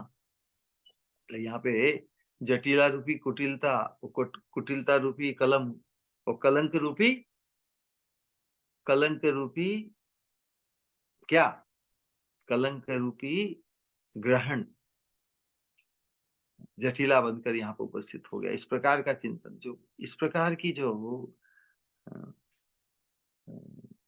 तो श्याम सुंदर सोचते हैं कि जिस विषय में मन की गुरुतर आसक्ति होती है, गुरुतर मतलब अधिक, बहुत गहरी आसक्ति होती है, उसमें गुरुतर विघ्न उपस्थित होता है। यह बात मिथ्या नहीं है, ऐसा कहकर नेत्र प्रांत से श्री राधा रानी का अवलोकन कर धीरे धीरे गमन करने लगते हैं। जटिला रूपी ग्रहण लग गया ना, कलंक, अब राधा रानी को वो मिलने देगी नहीं। तो श्याम सुंदर किसी तरह वहां से निकलने का गमन करते हैं। वो जटिला उन्हें देखकर सब गड़बड़ हो गया ना मामला। तो जटिला कहती, अरे बालिका भुजंग, मतलब बालिकाओं को डसने वाले, भुजंग मतलब सर पे, किसको दर्शन दंशन करने के लिए यहाँ घूमते हो तुम, यहाँ पे तुम्हारा क्या काम, किससे संबंध है तुम्हारा। तो श्याम सुंदरी कहते, हे लंबोष्टी, लंबोष्टी कहते हैं जिसके होठ बड़े मोटे होने का तात्पर्य है कि जिसका जो कैरेक्टरिस्टिक है, जिसके लक्षण है, वो इतने डिजायरेबल नहीं है। इसलिए श्याम से, हे लंबोष्टी, आपके समान गोष्ठ पिशाचिनियों को, तुम्हारे समान गोष्ठ पिशाचिनियों को ही डसने के लिए आया हूं। तो मधुमंगल से कहते, हे सखी, तो मधुमंगल कहीं कहीं पर भागवत में उद्धव जी को भी भगवान ने कहा है कि जो ब्रज बालाओं की, गोपियों की जो भर्त्सना है, मुझे वेद महत्पुरुषों की वेद स्तुति से भी अधिक भाती है। तो यहाँ पे मधुमंगल से कहते हैं, सखे, गोकुल कुल वृद्धाओं की कठोर वाणी जिस प्रकार आमोद प्रदान करती है, उस प्रकार महामुनियों की स्तुति भी मेरे लिए मधुर नहीं, है ना। तो जटिला के कटाक्ष कैसे हैं उसका सुनकर फिर आगे बढ़ते हैं। तो वृंदा जटिला को कहती है कि तुम श्याम सुंदर पे ऐसा आक्षेप क्यों कर रही हो। श्याम सुंदर तो धर्म रूप चकोर के जीवन के लिए श्री कृष्ण का चैतामृत चंद्रिका स्वरूप है, उन श्री कृष्ण चंद्र में क्यों प्रतिकूल भुजंग भाव अर्पण करती हो। कृष्ण चंद्र तो इतने सुंदर, सबके ऊपर एकदम शांति ही, चंद्र तो ज्योत्सना प्रकाश, ज्योत्सना द्वारा शीतलता प्रदान करती है ना। तो जो शीतलता प्रदान करते हैं उनके ऊपर तुम जो भुजंग भुजंग भाव अर्पण आक्षेप क्यों करती हो। तो जटिला क्या करती है, जटिला व्यंग के साथ उच्च हास्य करती है कि इस पृथ्वी तल में कौन व्यक्ति है जो ब्रजेश्वर नंदन कृष्ण के पर वधु विनोद क्रिया से भूषित गुण को नहीं जानता, क्योंकि यह रति लंपट मार्ग में सतियों को निरोध कर बलपूर्वक उनके कुछ कुटमल में नख विष्णु विष्णु अधिक क्या कहूं। तो राधा रानी कहती है, बिगड़ी बनी हुई बात बिगड़ गई ना, तो स्वगत हा हा दैव, राधा ने तुम्हारे निकट क्या अपराध किया है, इतना सुंदर अवसर उसमें ये कलंक रूपी ये ग्रहण लग गया, जटिला रूपी। तो जटिला कहती है, हाय सरले वधु, इस कृष्ण सर्प की सुतीक्ष्ण कुटिल दृष्टि के द्वारा उत्पत वर्तिनी होकर ब्रज प्रतिमा भी जर्जरित हो जाती है। वज्र प्रतिमा भी मतलब कृष्ण की जो कृष्ण सर्प की सुतीक्ष्ण कुटिल दृष्टि के द्वारा उत्पथ वर्तिनी होकर वज्र प्रतिमा भी जर्जरित हो जाती है। तुम्हारी कथा क्या कहूँ, मतलब अच्छी अच्छी स्ट्रॉन्ग नारियां भी इस कृष्ण की ये जो सुतीक्ष्ण कुटिल जो दृष्टि है उसके चक्र में आ जाती है। तुम तो इतनी सुकोमल तपस्विनी हो, इसलिए तुम तो इसके दुष्प्रभाव उसमें सहज आ जाओगे, इसलिए चलो फटाफट चल के तो उसको ले जाती। यहाँ पर जो तात्पर्य है वो यहाँ पर लीला के अंतर्गत यही प्रस्तुत हो रहा है कि किंकरी श्याम सुंदर को यही कह रही है कि तुम्हारी ऐसी जो वंचना करने की जो वृत्ति हो गई है, उसके भय से स्वामिनी अकेली संकेत कुंज में नहीं जाती। विशेष रूप से तुम्हारा जो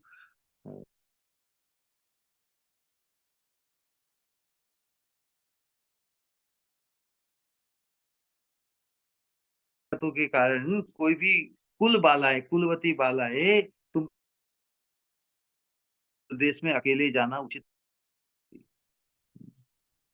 इसीलिए तो वे मुझ किंकरी को साथ में रखती है।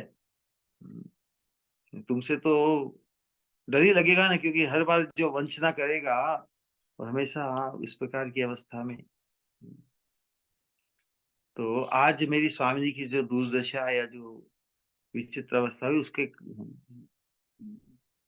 वह मैं सोच भी नहीं सकती।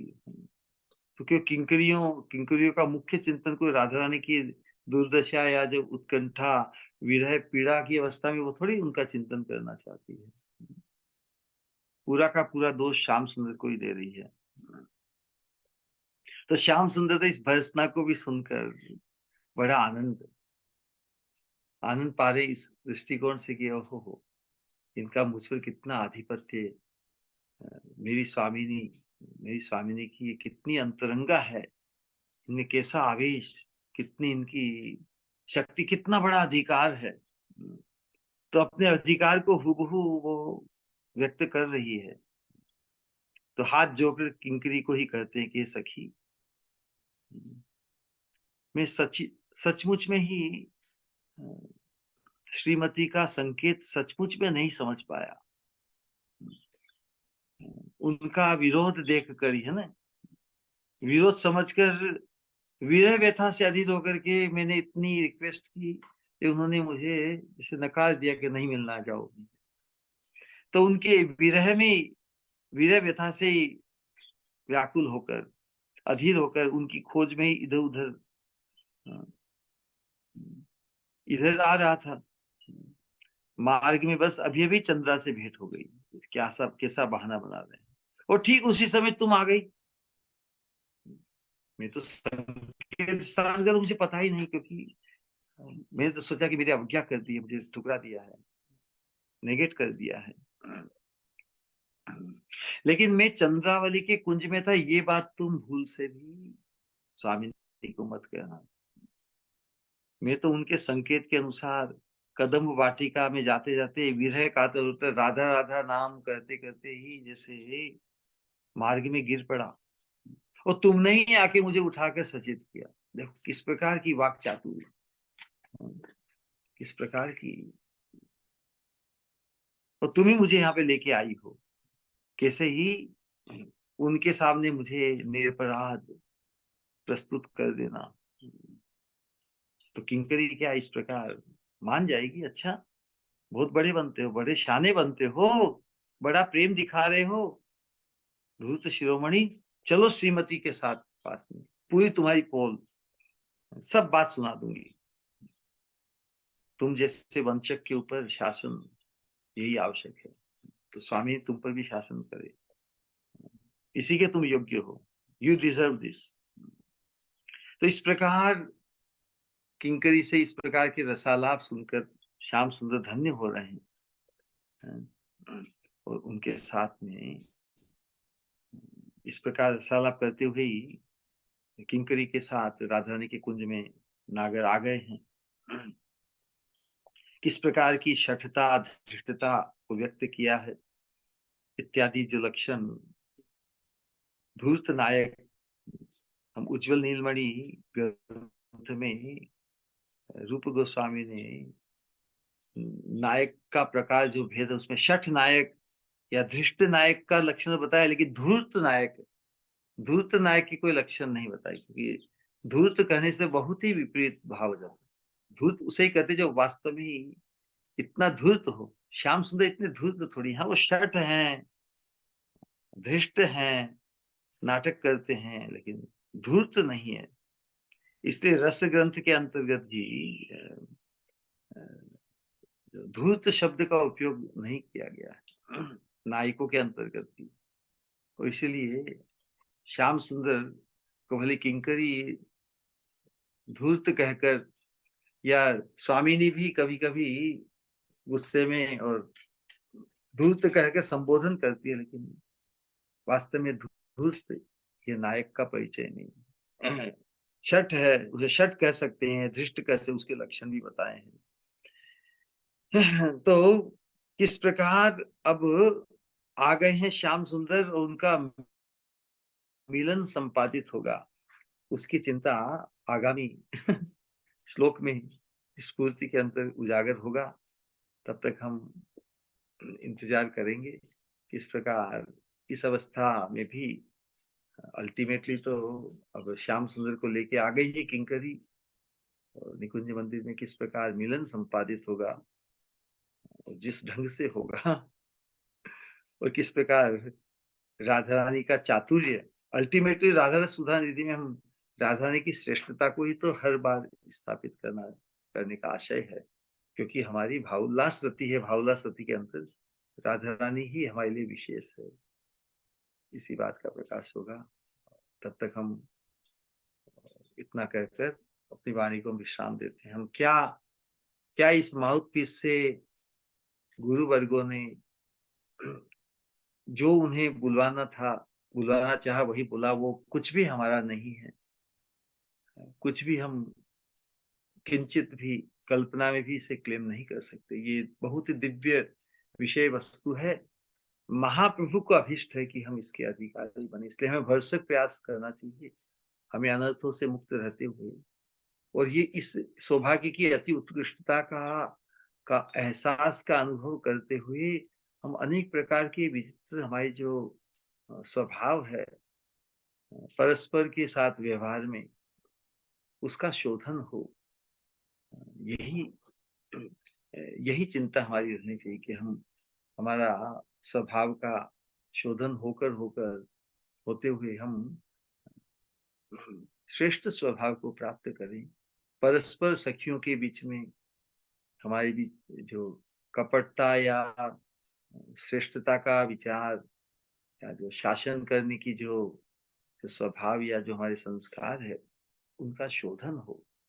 परस्पर सखियों के बीच में तो, किंकरियों के बीच में तो एक सुहृद भाव, परस्पर के सौभाग्य से सौभाग्य का चिंतन करते हुए हमें एक दूसरे को उत्साहित करना है, और इस निश्चितता को आशाबद्धता के साथ धारण करना है कि हम क्योंकि राधा रानी की किंकरी ही है, हम अवश्य ही राधा रानी की किंकरित्व को अवश्य प्राप्त करें। बोलिए हरे कृष्ण कृष्ण कृष्ण हरे हरे, हरे राम हरे राम। किसी का कोई प्रश्न, जिज्ञासा कहना चाहे तो? हरे कृष्णा। प्रणाम श्री गुरु। हरे कृष्ण।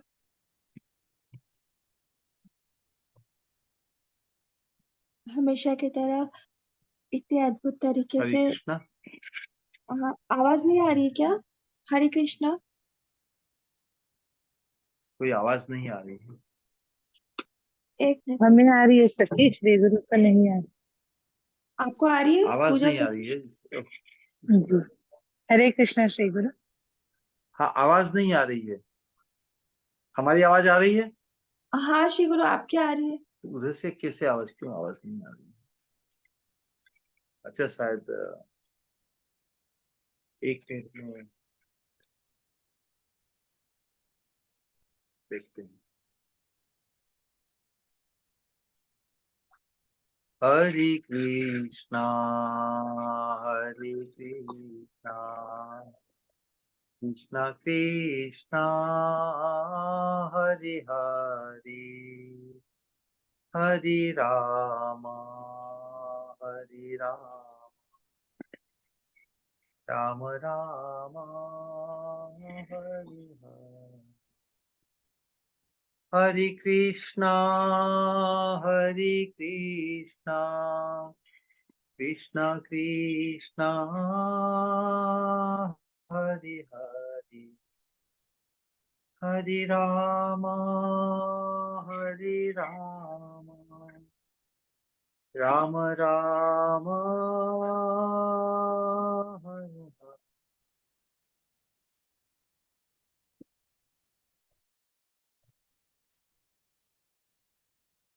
हरे कृष्णा बोलिए।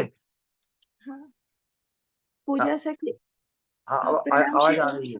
हाँ, पूजा सखी, आपको कुछ बोलना है ना? प्रणाम श्री गुरु। हरे कृष्णा। हरे कृष्णा।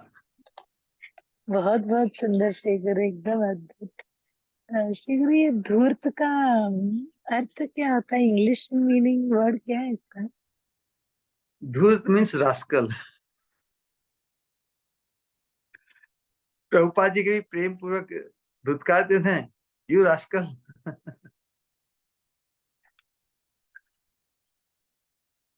मतलब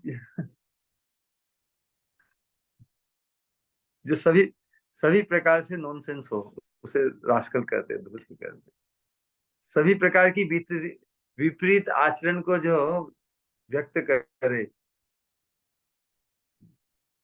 उसे रास्कल कहते हैं। लेकिन अपने प्रति धूर्त संबोधन भी श्याम सुंदर को कितना भाता है। कोई कितना अंतरंग हो तभी ये कहे किसी को। हाँ, लोग जब झगड़ा दुश्मनी में भी किसी को रास्कल कहते हैं, लेकिन जहाँ दिव्य प्रीति हो, जहां पर कंसर्न हो,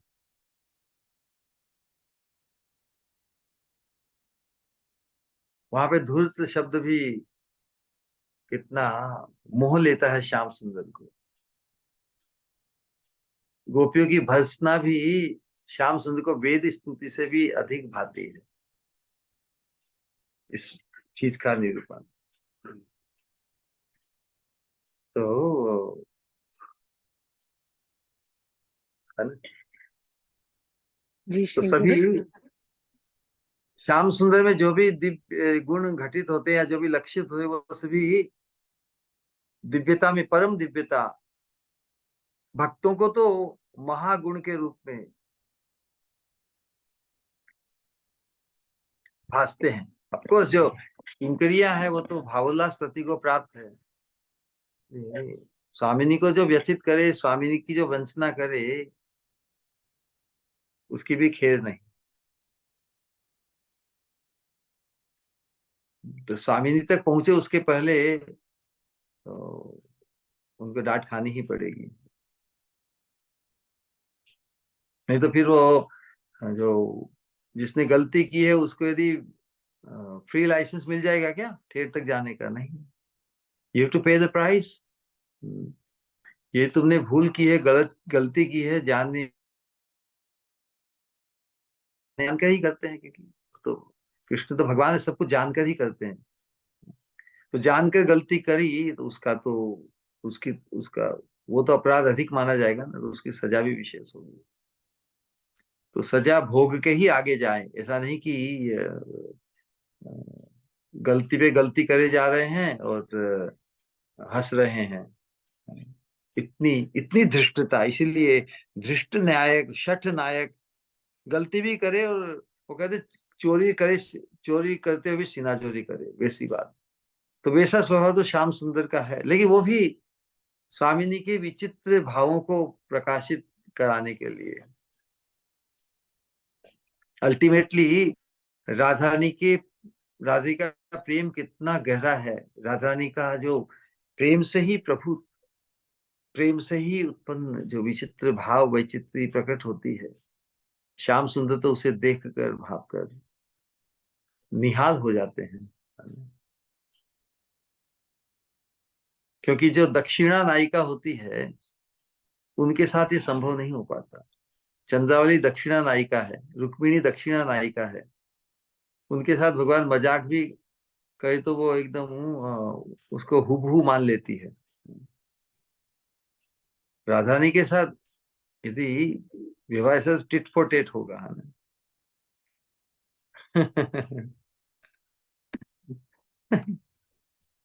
तो शाम से वही देखना चाहते कि क्या क्या भाव व्यक्त होते हैं। इतनी प्रीति है, युगल की परस्पर में इतनी प्रीति है, और राजधानी की इस प्रीति की ही विविधता, भाव की वैचित्र्य को अ, देखने के लिए, अनुभव करने के लिए श्याम सुंदर की ये शरारत भरी हरकतें होती है। लेकिन किंकरी को सहन नहीं है। किंकरी चाहती है कि तुम you behave properly all the time, always. अब भूल तो हो गई, समाधान भी फिर किंकरियों से ही कराएगी कि ठीक है हो गई भूल, लेकिन तो कैसे ही बहाना करके, नहीं तो फिर जो मिलन संपादन में और देरी होगी ना। श्याम सुंदर कैसी मतलब कैसी चतुराई से वो दलील कर रहे हैं कि अब तो आ गए ने साथ में, अब तो भटका नहीं, अब तो साथ में आ रहे हैं, किसी तरह बहाना बना के मिलन को अधिक से अधिक शीघ्र संपादित करो। ऑफकोर्स किंकरी बहुत बार ये भी कार्य करती है। कभी कभी ये यथार्थता है, यथार्थ स्थिति, वस्तु स्थिति है, उसको भी, उसका भी निरूपण करना होगा, क्योंकि हम तो स्वामिनी की पक्षधारी है ना। स्वामिनी से तो बताए बिना तो, ऑफकोर्स समय तुरंत नहीं बताएगी, ले बाद में तो बताएगी। ये श्याम सुंदर ऐसी हरकतें करते हैं, इसलिए फिर भी श्याम सुंदर ही भाते हैं हमारी स्वामिनी। इस बात को समझना है ना।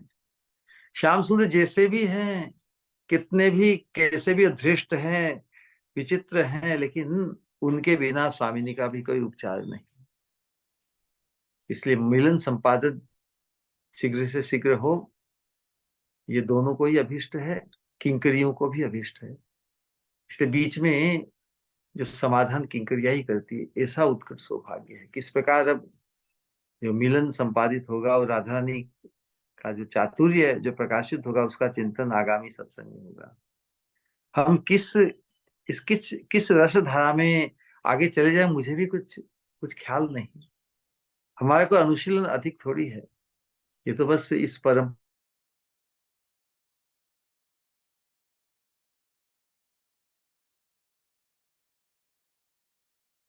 के देखे ही नहीं, पीछे मुड़ के देखे ही नहीं। हम इस मार्ग में, इस रस धारा में, समुद्र में इतने आगे छलांग लगा के आगे बढ़ गए कि हमें पीछे नहीं देखना, किनारे की तरफ नहीं देखना है, आगे ही बढ़ते चले जाना है, आगे ही बढ़ते चले जाना है, आगे ही बढ़ते चले जाना। ऑलराइट। जी शीघ्र। दक्षिण न्याय का मतलब क्या रुक्मिणी जी? अभी आप बोले ना दक्षिण न्याय। हाँ, वाम्य वाम्य नायिका और दक्षिणी। दक्षिण स्वर मतलब सरल, मान जाए, कोई कोई कोई कटाक्ष नहीं, कोई मजाक आगे होके नहीं, इत्यादि है। एकदम सीधी सरल। लेकिन श्याम सुंदर है बड़े बड़े टेढ़े मेढ़े। तो राजधानी वास्तव में स्वरूप से बड़ी सीधी सरल है, लेकिन श्याम सुंदर को सीधा करने के लिए वो टेढ़ी बन जाती है, बाकी सबके साथ सरल है। तो स्वामिनी, अब श्याम सुंदर जब खुद टेढ़े हैं, तीन त्रिभंग हैं, तो त्रिभंग के अनुरूप उनको उसी उसी के लेवल पर आनंद प्रदान करने के लिए स्वामिनी परम सरल होते हुए भी श्याम सुंदर के साथ कुटिलता को धारण करती है। राधारानी की प्रेम का यही स्वभाव है। विभुर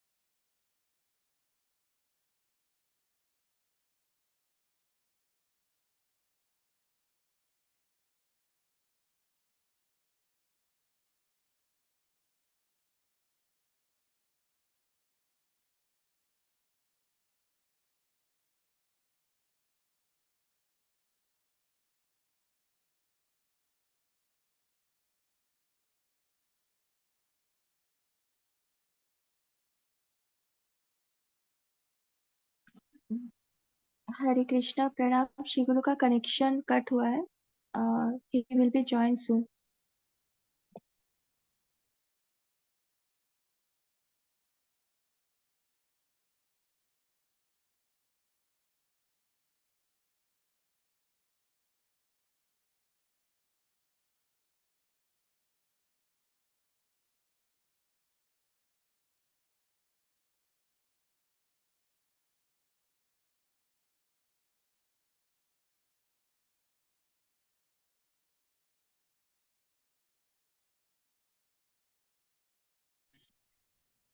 हरे कृष्णा। All right then.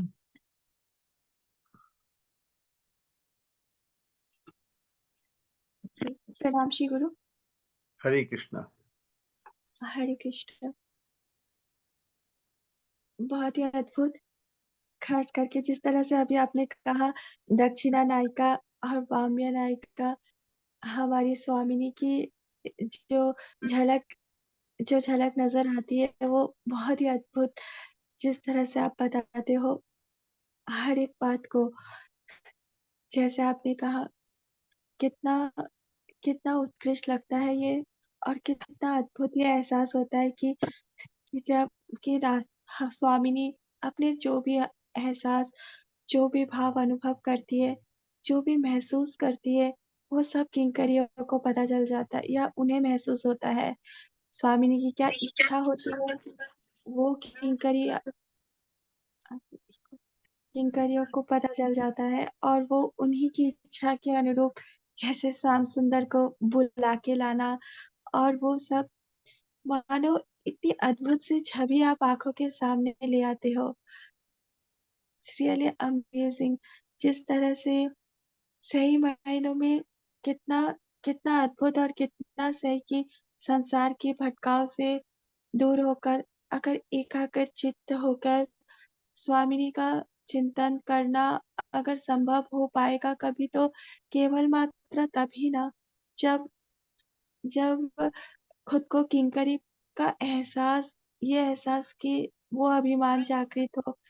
पर वो अभिमान तो केवल और केवल श्री गुरु आप ही की कृपा से ही हृदय में अनुभव हो सकता है, वरना नहीं। क्योंकि ये सही में कि जो अभिमान आपने दिया है कि हम स्वामिनी की दासी हैं, पर अभी तक बन नहीं पाए, तो बन तो तभी पाएंगे जब आप ही की कृपा से ये हृदय सिक्त होगा। क्योंकि अभी तक अभी तक शायद, बहुत शायद नहीं, सही मायनों में अभी तक अपराधों का बोझा बहुत है।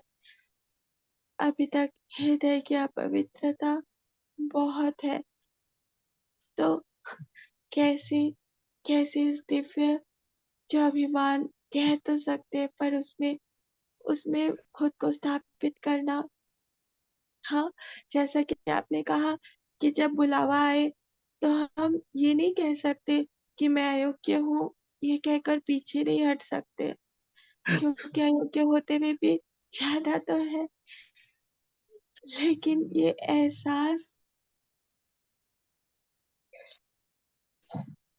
हर एक बात, बस ऐसा लगता है केवल और केवल हर एक को ऐसा लगता है, बस आपके अमृत वाणी का ही सब कुछ सब कुछ उसी में मानो घूम रहा है। जो आप कहते हो, जो आप महसूस करवाते हो अपनी वाणी से, अपनी कृपा।